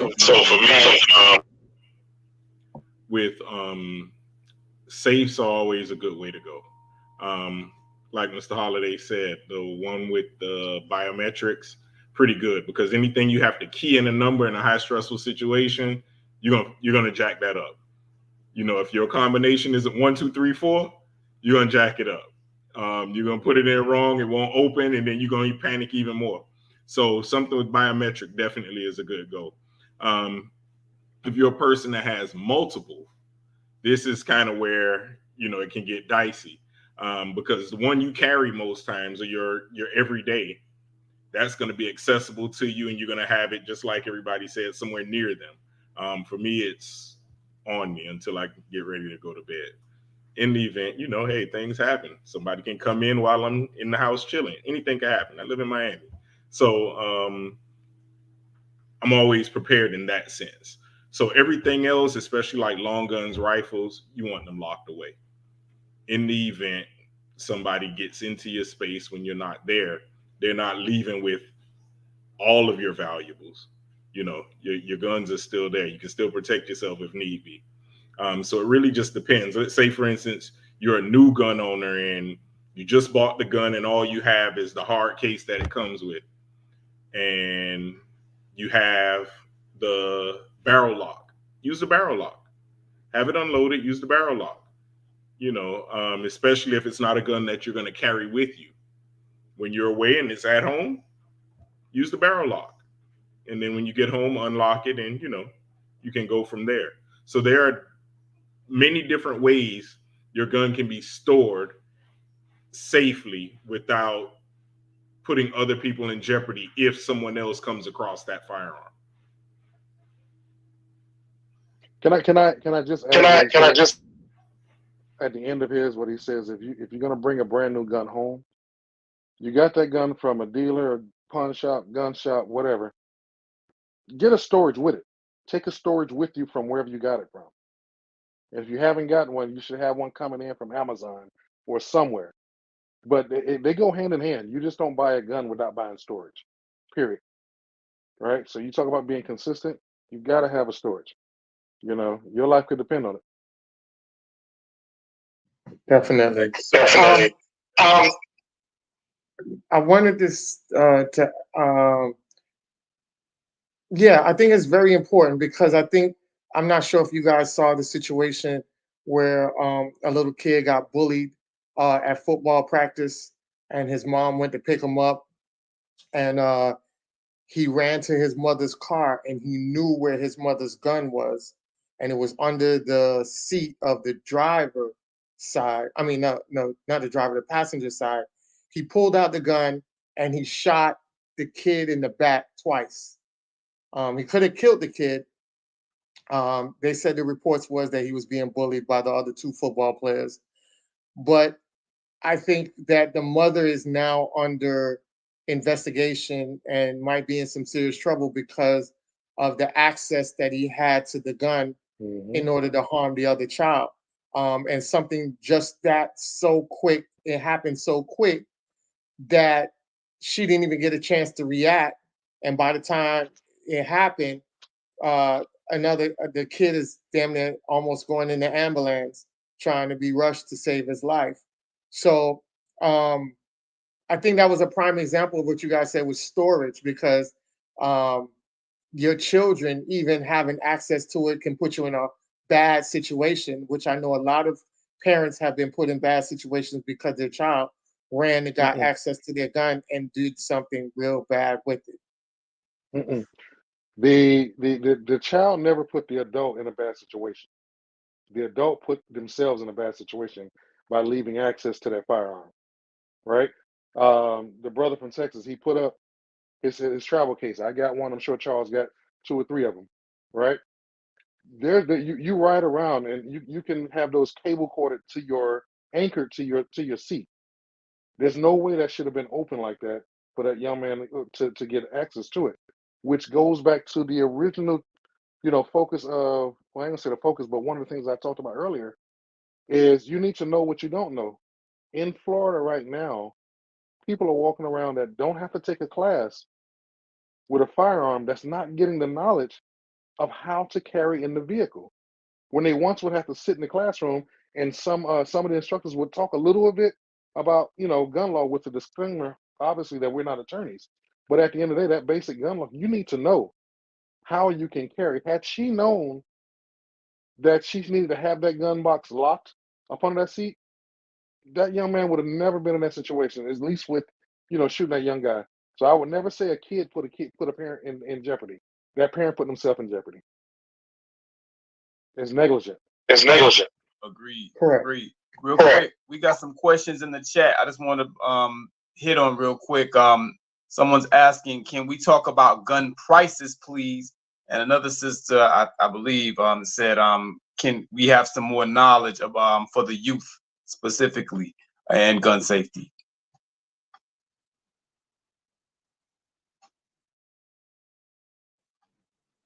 Gun prices are gun prices. Gun prices are gun prices. You can get you can get I think I got feedback. I think maybe they mean affordability. Gun prices. I'm sorry, for the what? I think maybe they're getting at affordability. So here's where they can go wrong. James, real quick, let me just. Okay, go ahead. Let me just tweak the. I think I get what she's trying to get. Let me see if I can tweak it so she's going to be able to better get the information she wants. What would be the decent starting price point for a quality firearm? Not the top of the line Rolls Royce, Bugatti Veyron of firearms with the lasers and everything, but what's the lowest price that you can expect to get a decent, dependable, reliable firearm at? That's not going to self-destruct in your hand if you miss and rack the slide wrong or something. I can give you a price on a gun. Doesn't mean it's going to be the right gun for them, right? So I would say if I told you 425 for a Smith & Wesson EZ, right? I think they're around 425, 450 right now. More or less, right, Charles? Yeah. I can give you 425, right? When the SIG 365 came out, when I bought it, it was 375. Both of those guns are quality, affordable guns. It just depends on what gun is the right gun for the person. They can't go. You never buy a gun based on price. You got to buy it based on what you're comfortable with. And if it just so happened the one you're comfortable with, I don't care if it's that car, whatever it is, I wouldn't recommend. No, scratch that. Scratch that, because I'm not a fan of it. I'm not saying it's a bad gun. I'm not a fan of it. Let me say that. But you have to buy a gun not based on price. You already know you're going to spend anywhere from 350 to 700, depending on the gun you want. Go there knowing that, but go there knowing that this is a one-time thing you want to do. So get the right one, because you can double spend, like Charles said earlier. You can get something that, yeah, I got this gun. It was only $350, but it don't shoot right. It's screaming in my hand. It's too wild. Now you got to go spend another 450. Now you've invested total 775, whatever the case may be, in something that you probably could have just spent the 450 in it, the first time around. Don't buy a gun based on price. Don't get comfortable with that notion. I don't know if the other brothers would agree with me, but that's my take on it. Yeah, Absolutely. I agree. I I absolutely agree with what you're saying. Yeah. I Look I at it. agree with you. Life And I work. just want. Oh no, go ahead. Go ahead. No No, I cannon. just want. No, yeah, I got a Canik, right? I went and got my Canik. Um, Amon got a Canik too. We was in a chat together talking about the Canik. The reason why I wanted to show you the Canik, because like you guys were saying with the storage, how it comes with the brush cleaning, and that's one of the questions that Queen Renee was asking about. How important it is to clean your gun, which I'll let you guys explain how important it is to clean your gun. But I got the whole shebang right here when it comes to the Canik. Um, why I'm showing you the Canik? Canik is one of the best guns that I've actually fired as far as accuracy and everything like that for the price point. Now you have some guns out there that are pretty dope, but you're gonna pay a pretty hefty penny for them. Like some of your, I know Queen Renee says she has a SIG. SIGs to me are pretty pricey, and they could go up there. So it all depends. Like I say, just go to the range. Like I went to the range. I tell people all the time, don't ask questions about what gun is good for you. Just go to the range, and they basically allow you to rent out guns and find a gun and rent it out and see how it feels. And a lot of times I've had to put back guns because the trigger was too hard for me. So I like my trigger to be a little more softer. So, you might be the same way too. Just go and feel it out for yourself. And because it's just like a car, right? There's some cars out there that look real good from the outside. And the minute they give you the keys and say, hey, test drive it around the block, and you're like, God, Lee, this steering wheel is stiff as hell, or the seats is just so harsh and conformed. And you're like, nah, it looked good, but I don't want it. Imagine if you had paid for it, somebody said, yeah, go ahead and buy it. And you would have paid for that car, and then you would have got the car, signed off on all of that, and then been stuck with the car because of what somebody else said. So go out there, test drive your firearm. That's my suggestion, and I'll land my plane on that.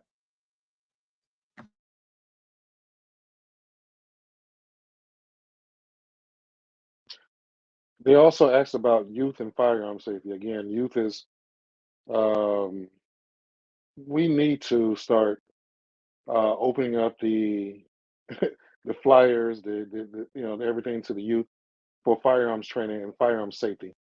Um, and as the brother said earlier, we come from a culture where we kind of want to skimp on pricing. But if you were to invest, I mean, what is your child's freedom and or life worth when it comes down to investing in firearm safety and firearms training?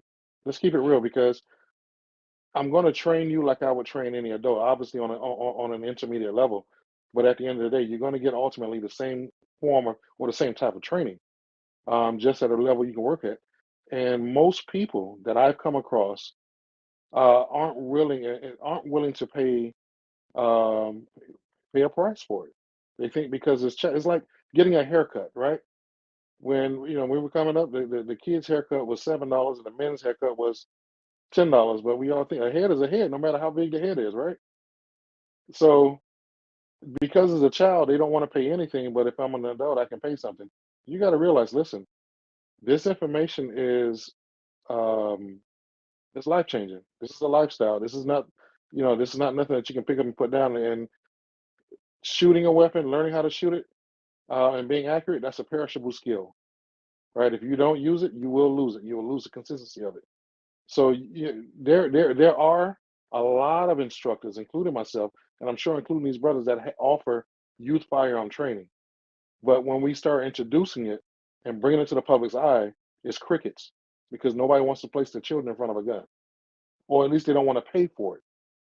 You know, they'll pay for themselves here and there, but most of the time, once they get one or two classes in, they're pretty much done with it. They don't see the value, the overall value, and that's what they got to see. Correct. Correct. That's true, James, because I offer a youth class, and I've seen the participation in that youth class dwindle. And for the most part, at the end, we shoot a 22. But for me, with the youth, it's all about safety. So Mhm. we go over different scenarios.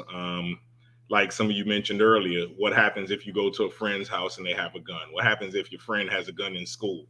So on. So we go over stuff like that, how to handle it. Don't ever let somebody take it out. Here, you want to see it? No, I don't want to see it. So we cover what could be real life scenarios in the youth class. And for the most part, our youth class, I only teach it maybe 3 times a year, where I have enough people who signed up to put those kids in that class.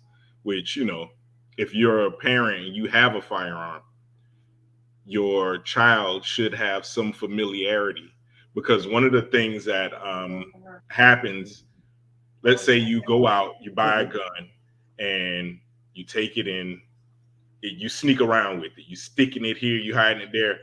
Children, they're curious, so that's Yep. when they're going to want to go and explore. Ooh, let me see this gun. If you introduce them to it and it's not, they know the level of seriousness that exists with it, that it's not a toy, and they get some training, they're not going to be as excited about it or curious, because you've removed that curiosity by them being exposed to it in the beginning. If that makes sense to you guys. Exposure. I absolutely agree with my brothers. Oh, Yeah, so that's how I handle, the youth with that one. yeah, I absolutely agree with my brothers, Mr. Charles and Mr. James. Very good points. I always tell people, first of all, when it comes to pricing, I ask them, how much is your life worth? Because this is not, you're not, and I said, look, you're not going to buy a pyrotechnic. This isn't a firecracker. This isn't like a crayon. It's not a pair of shoes. It's not a pass. This is something that's one day is going to be dependent on saving your life. I had a person come up to me one time and say, "Man, guns are high, but I need one." I said, "Okay, yeah, I understand. We'll save for one, brother. I mean, you just went to a concert, right?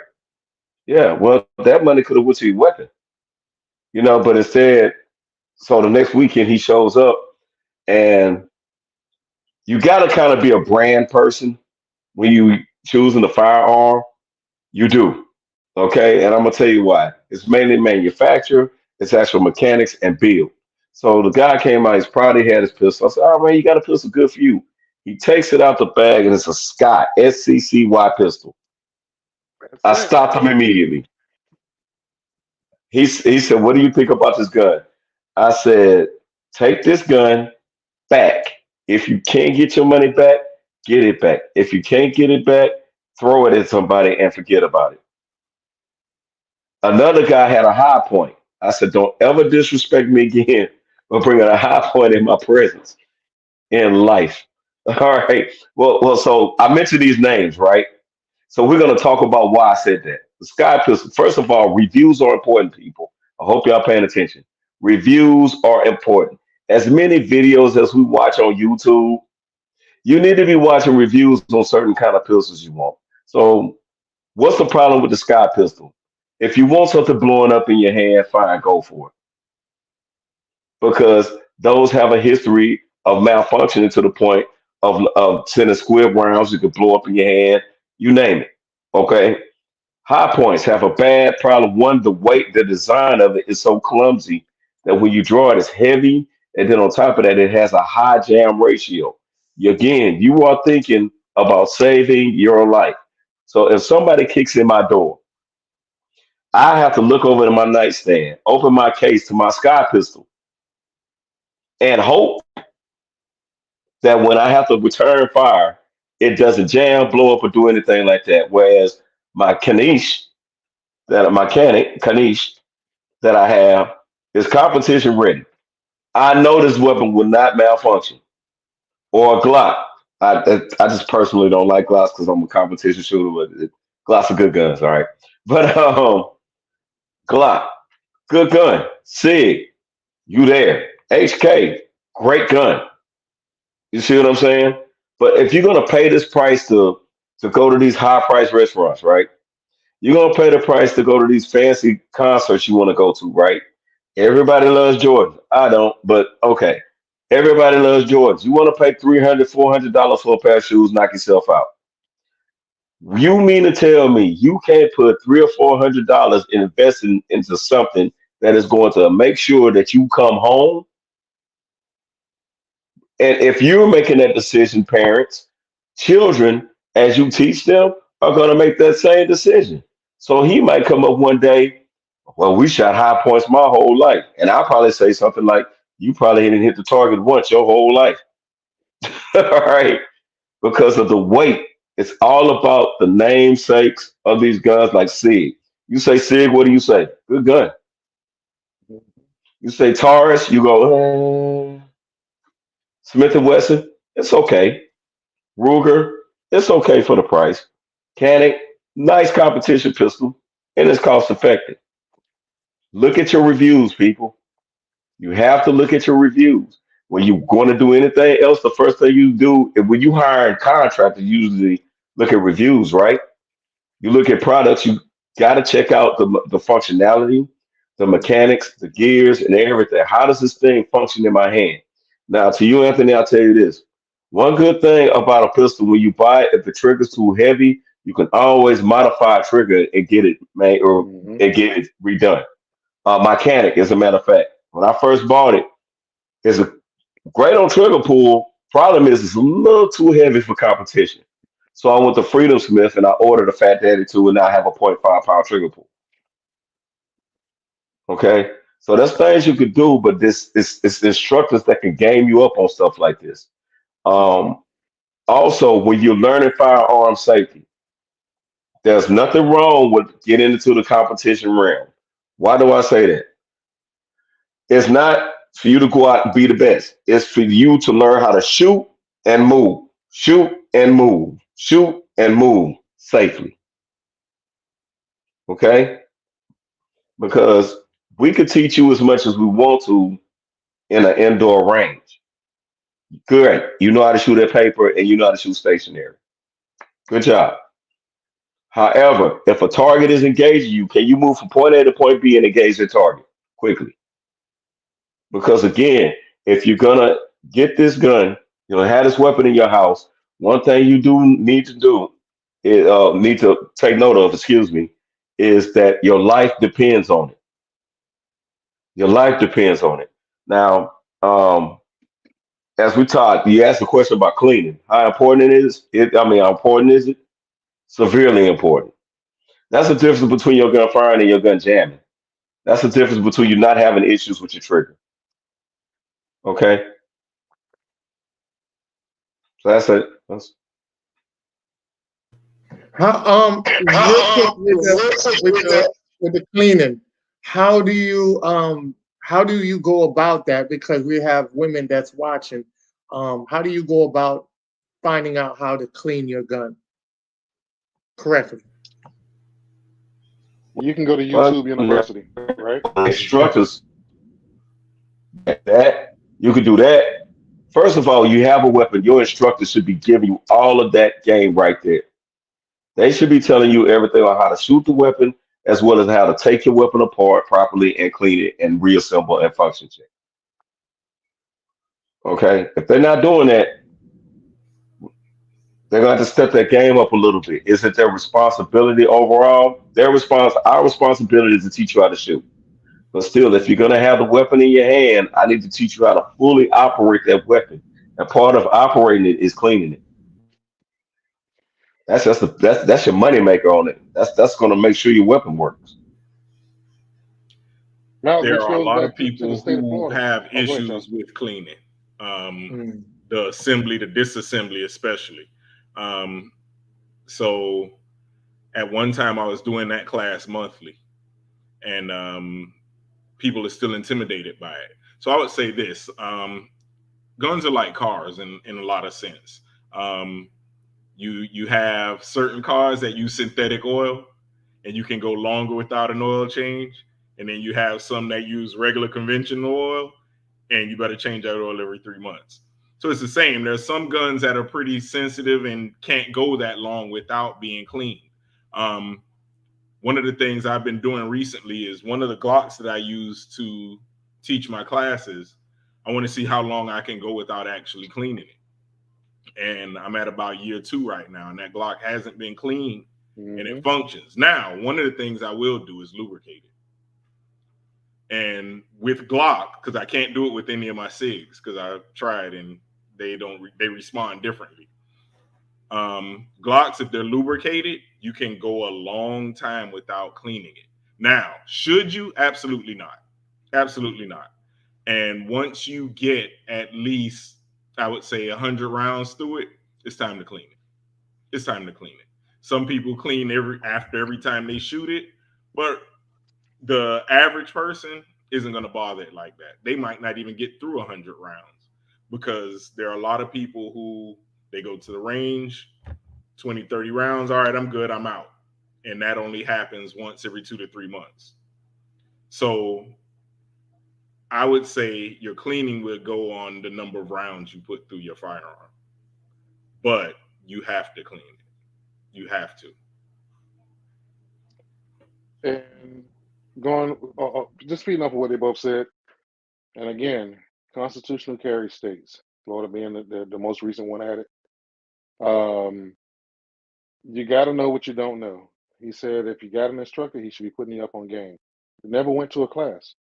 They just went to the gun store and bought a gun. By way, more than likely, they probably didn't buy storage, right? And to add to it, now they don't know that they have to clean their gun, right? They don't know the importance of cleaning the gun. And I purposely don't clean my training pistols. I will lubricate them, but I don't clean them purposely because I want them to experience a fail so I can teach my students how to clear them a real, double feed or misfire, whatever case may be. I want them to see what it feels like or what it looks like. To me, that's training. But at the end of the day, if you can't get it nowhere else, YouTube University. All you got to do is type in how to clean my gun. There's tons of videos out there. Some are extremely easy to follow, and some are, saying maybe a few more extra steps that some of us probably won't take. But at the end of the day, you'll get the gist of it.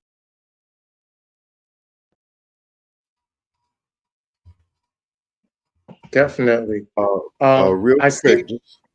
Yeah. just to carry on to that, because I was kind of listening for something and I didn't hear it. So, in addition to cleaning and maintenance of the firearms, can you brothers also toss in a little bit of information on not just clearing for them, but how to care for your guns in different weather conditions? So, if you live in demonically hot ass Florida, or if you live in ice cold Idaho, is there different concerns that you have to keep in mind when it comes to storing your firearm, your ammunition, maintaining them? Is it one size fits all? Can you do the same thing up north that you do down south, or what other specifics are involved in that?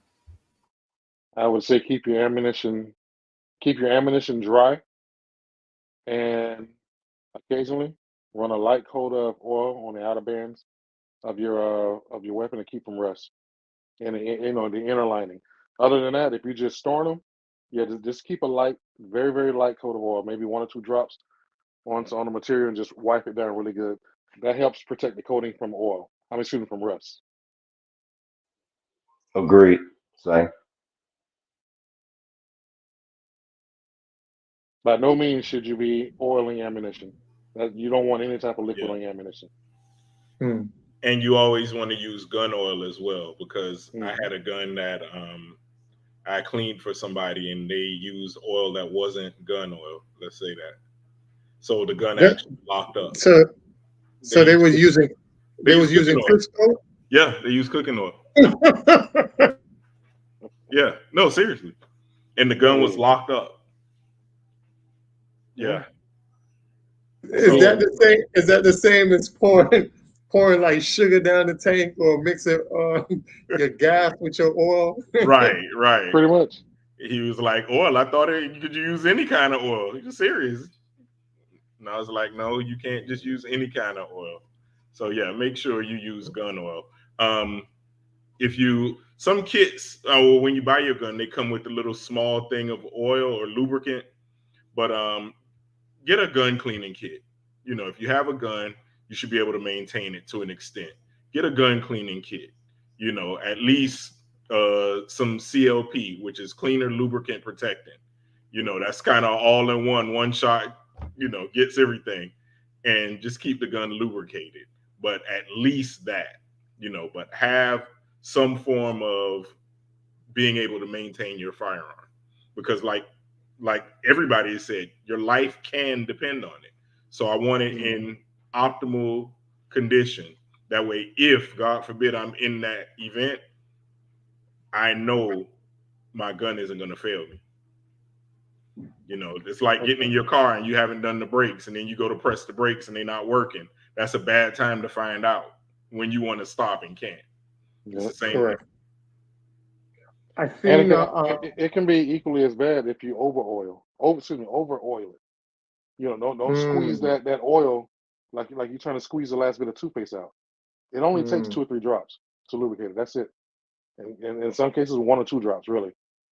The nice. less you can put on it, the better. But you got to coat it. Gotcha.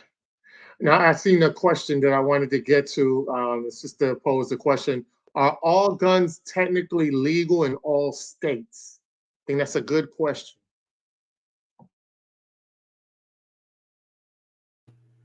So I'll say this. Let's it depends on, let's do handguns. So for the most part, the issue is going to come down to number of rounds.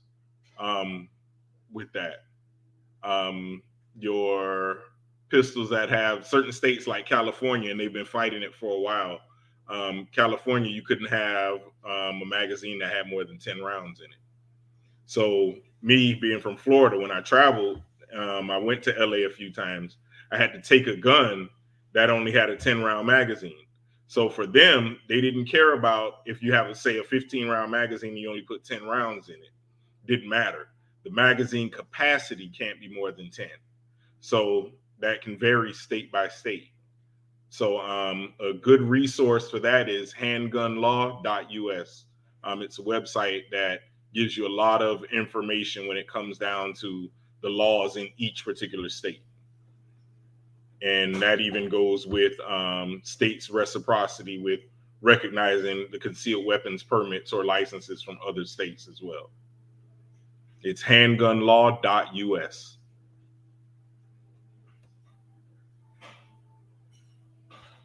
Thanks for that information. I didn't even know that. That's great information to know, because I know in New York you're not allowed to have guns. Period. Right?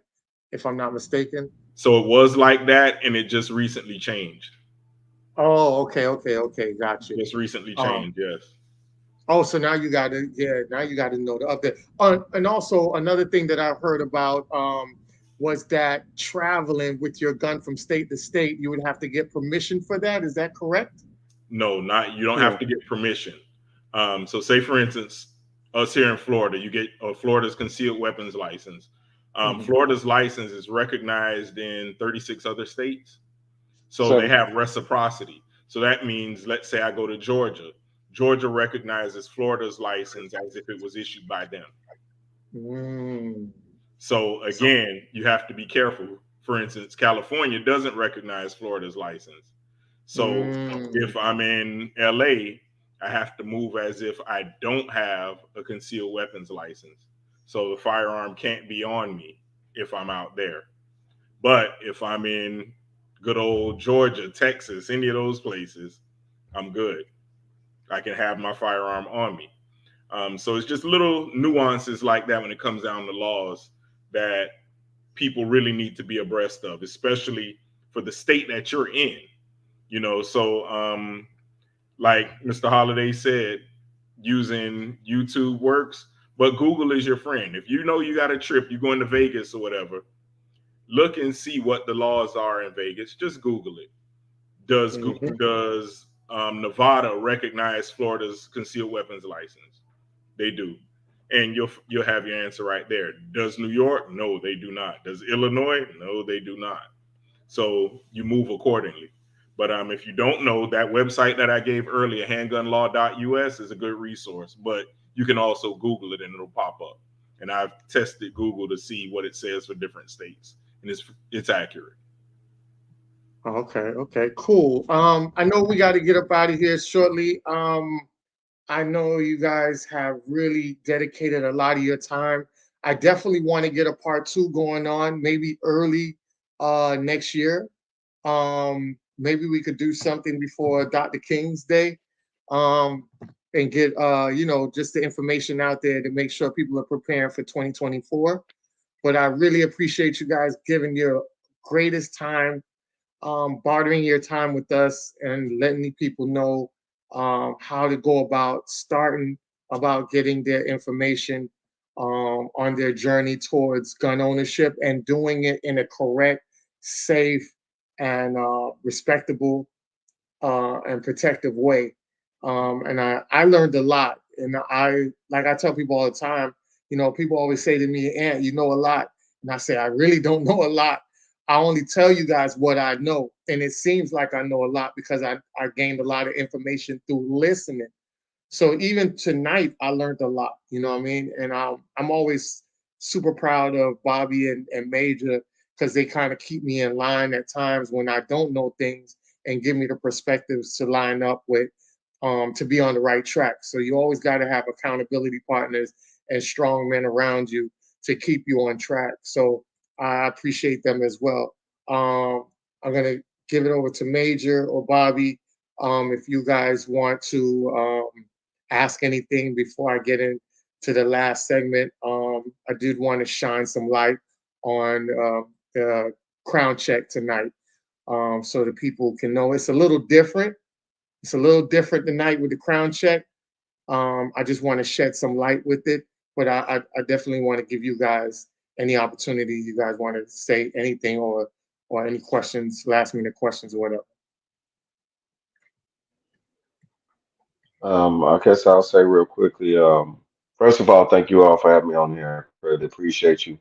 To our people, these phenomenal brothers. Thank y'all also for being on, to disseminate the information to the people.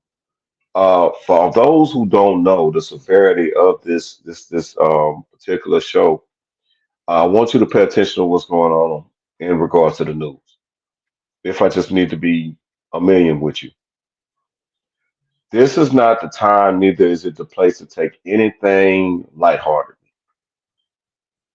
You all need to be trained. You all need to have a method of protection on you, because the predictions is it's not going to be pretty in 2024. It's not pretty now. Sisters, what's the importance of you being knowledgeable in firearms? It's immense. I mean, human trafficking is off the scales in America, especially in places like Florida, Houston, Georgia, so on and so forth.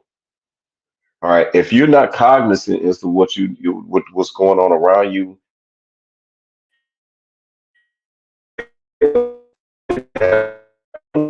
you're not gonna. I want you to think about you sitting in a room right now. What would happen if I kicked in your door right now? Take everything serious, and please train like your life depends on it, because it does. Thank you. Before Yeah, I you just want to say, before you go hold ahead, on, go before ahead. you log out, I'm I'm on. Can you give people your information, contact, so they can follow you real quick? Sure. You can look me up on Facebook at Amun Takala Imhotep, which is my name. Or you can also log in, check out the Anubis Gun Club Facebook page you just came up with. And any information you need to know, I have an Instagram page called ATI Tactical. You could go in there and send a request, and I'll go and accept it. And any information you need, feel free. The Anubis Gun Club Facebook group is full of gun knowledge every single day. It's gun knowledge, gun knowledge, gun knowledge, gun knowledge, tactical knowledge. What would you do in this scenario? If there's an active shooter scenario, what do you do? What do you do to get this off of you? What is the definition of this? Because it's all important to know, all important knowledge. All right, definitely. And it's Definitely, and Anubis it's Gun Anubis. Club right there.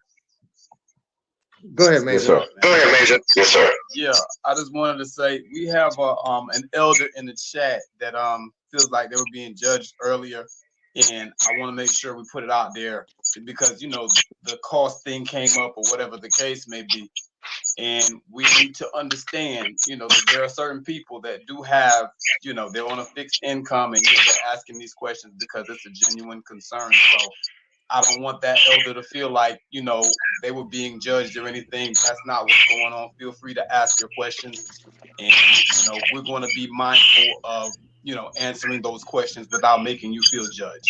All right, sister, I just want you to know that. So, that being said, I want to get back to the point that we were making earlier as well with children and, being mindful and careful about firearms in the presence of children. Yeah, your mic is really bad. Mic is really bad. I can try to move it. If Okay, I move there it, you that go. any There you go. Yeah. okay. Yeah. All right. Yeah. I want to speak back to the children issue. When I was a child, the first time I touched a firearm, I was underage. I must have been like in middle school. You know what I mean? And it was in school. You know what I'm saying? The kid bought a firearm to school. We were all taking the gun and, flexing with it and, running around scaring people, whatever. Now I look back and it's like, man, that could have really went left if we would have got caught. You know what I mean? We were literally, threatening people with it and all this type of stuff. And, if anything else, if y'all take anything from this, I want people to take from it, please, please, please get your storage on point and make sure that like you guys are, like we're saying, have these kids educated on how to properly use firearms, and at the same time when you have them in your home, secure them, keep them away from your kids, because some of these same kids that I play with firearms with, that we went to the school and we were brandishing the firearm or whatever, one of those kids got killed later on with that same firearm. You understand what I'm saying? And, just to think back, the gravity of it weighs real heavy on me. You know what I'm saying? Because we were just, playing around and, one of those same kids ended up being a statistic, so we had to be very careful about these things. Go ahead. You want to say something? Someone was saying something? Okay. Yeah, I just wanted to say that I think that's very important.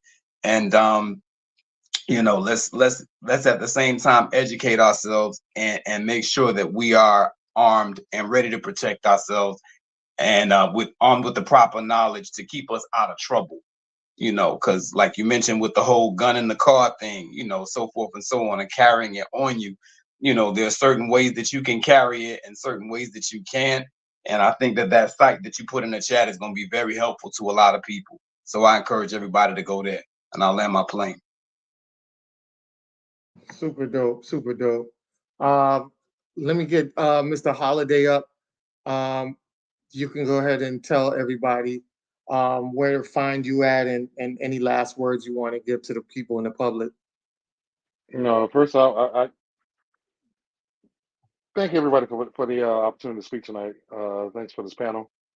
And thanks for the topic by itself, because education is knowledge. You got to arm yourself with the knowledge first before you do anything else. I am the owner of Taught and Loaded Firearm Education Academy. It is just like it is taught, the word taught, the letter N loaded at the end. You can put an @ sign right in front of that, and you can find me on Facebook. You can find me on Instagram. I've been talked into starting to grab the TikTok thingy. You know, I'm not too big on that type of stuff, but I guess I'm gonna go ahead and open up one because that's where the eyes are going nowadays. So, but I'm just big on firearm safety first before you can squeeze the trigger. I always tell you, anybody can squeeze the trigger, but do you really know how to use the gun? Anybody can hold a car straight in the road, but do you really know how to drive? So that to me that goes hand in hand. And as far as my wife, on behalf of my wife, she loaded. Same thing with her at she loaded on Facebook as well as Instagram.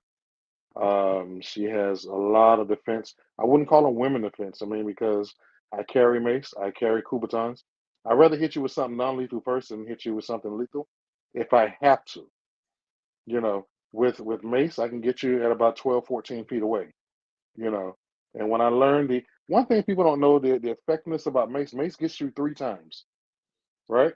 Mace gets you initially when you spray it, right? Your skin is burning. Mace is ignited by water, right? So when you're sweating, it's gonna get you again. Before the night is over, when you go take a shower, it's gonna get you again. So mace is really very effective. Most don't know that, And if you get the respiratory cut off, it messes with your respiratory area of breathing. Mace is very, very effective. So I would encourage men or women to have something attached to your keychain or toss it in your pocket, because if you can use that in replace of using your firearm, mace can also spray 4 or 5 people just with 1 or 2 swipes. So you got to think, how do I want to defend myself? Because in some of the books they'll tell you, after you defend your life, be prepared to defend your freedom if you use something of lethality. You know what I mean? So I like what he said. I'm going to land my plane on that. Mace or pepper spray? Mace or pepper spray? Yes, I'm glad you mean, said. I'm glad okay, you said that, Mr. Holiday, about the mace, because there are some people, whether we don't want to believe it or not, that don't want to pick up a gun, period. And I encourage that, because some people will pick up a gun and they might shoot the wrong person. So instead, I rather them pick up some mace that they feel comfortable with and aim that and be very masterful about that. Or in-person tactics, defense tactics. They're comfortable with that, but some people are just super terrified of guns, and there's alternative ways to protect yourself. So I'm glad you said that. Mr. Charles, you're up. Mr. Charles, you're up. So again, thanks for the platform, and for everybody who tuned in. Thank you for being here. I appreciate it. I can be found on Facebook, Instagram, Champion Custom Firearms. My website, championcustomfirearms.com. All of my resources are there. In closing, I just want everyone to make sure they get some form of training from an instructor at some point, whether it be me or anybody else. Find an instructor. There are a lot of qualified instructors out there, a lot of qualified instructors that look like us out there. Find them and use them. You don't have to take a class every day, every month, every week, but take a class at least maybe twice a year. Brush up on those skills, because again, even if you are okay with your firearm, there's room for improvement. And shooting is a diminishing skill. If you don't use it, you lose it. So get training. All right, and his, again, Champion Custom Firearms. So you guys can follow on all platforms, whatever platform he is on. Follow him. Great guy, knowledgeable. Like I said, you have the Anubis Club, the Gun Club. You guys can follow that. She's Loaded on all IG and Facebook, and TNL, Taught and Loaded Firearm. Phenomenal panel. I guess I love it. I appreciate it, and we're definitely gonna have you guys back for a part 2, because we really need to get this information out there. So this is just the birth of it, just to get people familiarized with it. But there's a lot of people that needs this information, especially going into the next year. Bobby, Real quick. Drake. Bobby, Drake. Who said real That quick? was you. Who said real quick? That was you, Major? Yeah, real quick. Two things. I was asking the brother, which one is better, or which one do you recommend, mace or pepper spray? And then also, I looked for that She Loaded on IG, but I can't find it. All right, so I'll address the mace. Mace is the term that we use. Mace is the term that we use growing up, right? You want to use those that has the three components: the pepper, the respiratory, and the UV lighting. The UV lighting is important because if you spray someone, and you call the police and they go to find someone, and they find the potential suspect, that UV lighting is putting that blue light on them. It's going to show where you spray them. So you want to have a pepper spray with all three elements. There's no special grade, no special, as long as it has all three of it, the pepper, the respiratory, and the UV coating. That's what you want. You can get that from Amazon. You can get it from sheloaded.com, which I'm going to promote because that's my wife's side of the business. But get something. Get that. Don't just walk around, with a hammer or a bat, because you got to get close, to use that weapon. But if you got mace, you can stand about 10, 12 feet away and let them have it. Thank you, sir. And I'm sorry, the She Loaded it should be at She Loaded. At She Loaded. Yeah, on Instagram. Okay. All right. Thank you. Yes, sir. Yes, sir.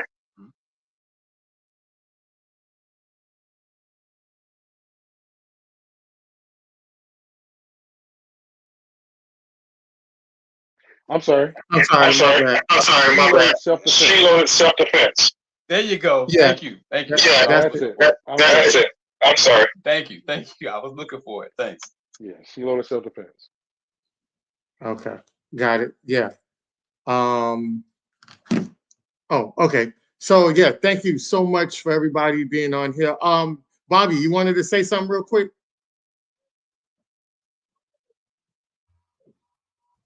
Oh, Bobby, like he out of there. All right. No. Hello, can you hear me? Yeah, Okay, I hear you. No, really appreciate for the brothers for coming on and not thinking it a robbery to share the knowledge and information with us, with the community and the listeners. Definitely valuable information. I personally think it definitely went a long way to really answering some questions because, as is the case with most fear is based in ignorance. You don't know what you don't know. And even though we have resources like YouTube and Google, which is our best friends, sometimes you don't even know what to really search for. You might just type in guns, but you don't necessarily know what questions to ask or how to get the right answers, because just because you pull up a resource or an answer from somewhere doesn't mean that it's the correct answer, even the best answer. And so when you actually have a live person that can actually talk to you, that can give you information, insight, it's definitely going to go a lot further. And it also kind of personalizes things a bit more. So if you already have a fear of firearms, just looking at some text on a screen can feel kind of cold and lifeless. But you're talking to people who do this for a living, they handle firearms, they're not missing legs and feet, they don't have missing eyes or anything, they're safe, they're not one step away from the graveyard, and they're able to really give those kind of answers. It definitely goes a lot further with humanizing it. So definitely appreciate what you guys had to share with us. Thanks so much. Looking forward to having you brothers back again, doing this again. Because I'm sure we're going to get more questions. And, once people see this, there's going to be a whole bunch of other things that they're going to have to ask that didn't get asked the first time. And maybe, hopefully, some people will be inspired by this. They'll actually go out, try some firearms, get some experience. And hopefully their experiences with firearms will lead to new questions that can be answered. So thanks for all the seeds that you guys planted. Thanks for the work you guys are doing. We appreciate you, man. Definitely. So I did want to highlight, we normally have a crown check where we highlight Black women doing excellent work. And I think tonight would be a great night to highlight some of our Black women that have been empowering. Some of them have made our crown check list before, but let's go ahead and give them some more shine. As you guys know who this is Karina Gaines, the sister that was out there up north, who kind of defended herself and her young son against the cops. Sadly, she died in the process of it. But you know, she was out there doing her thing with her firearm and trying to protect her family, her boyfriend as well as her son. And you know, ashe to that young lady. We also have Asada Shakur, you know, the queen who basically got a race soldier up off of her, fatally shot him, and then she fled to Cuba, where she's still living in paradise, enjoying her best life, you know, and she has total asylum over there by the government, even though the U.S. is trying to get her back here to face charges. And the Cuban government said, nah, she's good. She'll live out her years in Cuba. So shout out to Asada Shakur. As you know, one of the most notorious woman to ever hold a shotgun. So we're looking at Harriet Tubman, you know, and her legendary work that she's done to save so many lives and to get them off of plantations. Imagine them, all those children that weren't born on plantations because of Harriet Tubman. Not only did she rescue herself and the people on the plantation, but she went back. It was recorded over 600 times. She went back and got people. So salute to her and her powers of holding that shotgun. She said, hey, if you go back, I'm gonna shoot you and kill you right here. So just having that gun knowledge and that power led to a revolutionary standpoint, which will forever be iconic in our history. Another one that is very powerful with that shotgun and, you know, put a lot of white people in their place, which is Ida B. Wells. You know what I'm saying? Shout out to Ida B. Wells for doing what she was doing. And she tells you all the time that every sister, every person's supposed to have a shotgun in their household. That should be mandatory. You know what I'm saying? So shout out to Ida B. Wells. And a lot of people didn't even know that Ida B. Wells was running on the Republican ticket, but we won't go into that because remember the Republican Party was started by Black people. All right. So we definitely wanted to share. Go ahead, Major. I was just giving props, man. I feel it when you start talking about Ida B. Wells. Go ahead, brother. No problem, man. So we wanted to give our salute to all the women out there that have been toting around firearms and letting them know that we have their backs. You know, we have to start normalizing and appreciating and uplifting women that are operating in the arms, in their faith of having arms, you know, bearing arms. Remember, the Black Panther Party wasn't only men in there holding shotguns too. Their sisters was out there doing their thing with shotguns as well. They had our backs. And we got to get back to that place. We got to get back to that space. You know, we are the original Mr. and Mrs. Smith, you know, the yin and yang, that's us. Let us continue our greatness together. And we appreciate everybody for coming on tonight. We appreciate our panel. Remember to tell a friend, this is one of the best platforms, podcast platforms that you'll ever come on with the great information. It's not like no other. So check in with us each and every Sunday, and we have great information and great topics for you guys and solution-based every week, day in, day out. All right. Thank you so much, and we'll see you guys next week. All right. Peace out, family. Thank you so much. Y'all were amazing tonight, man. Real talk. Wow. Exactly. Blessings, everybody.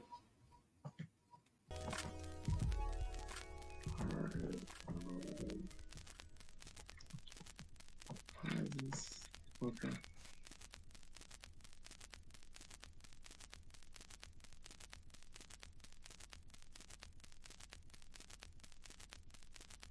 On the album, we do things like songs that are a little, what we call sexy. You can see from the title, it's more of a love album.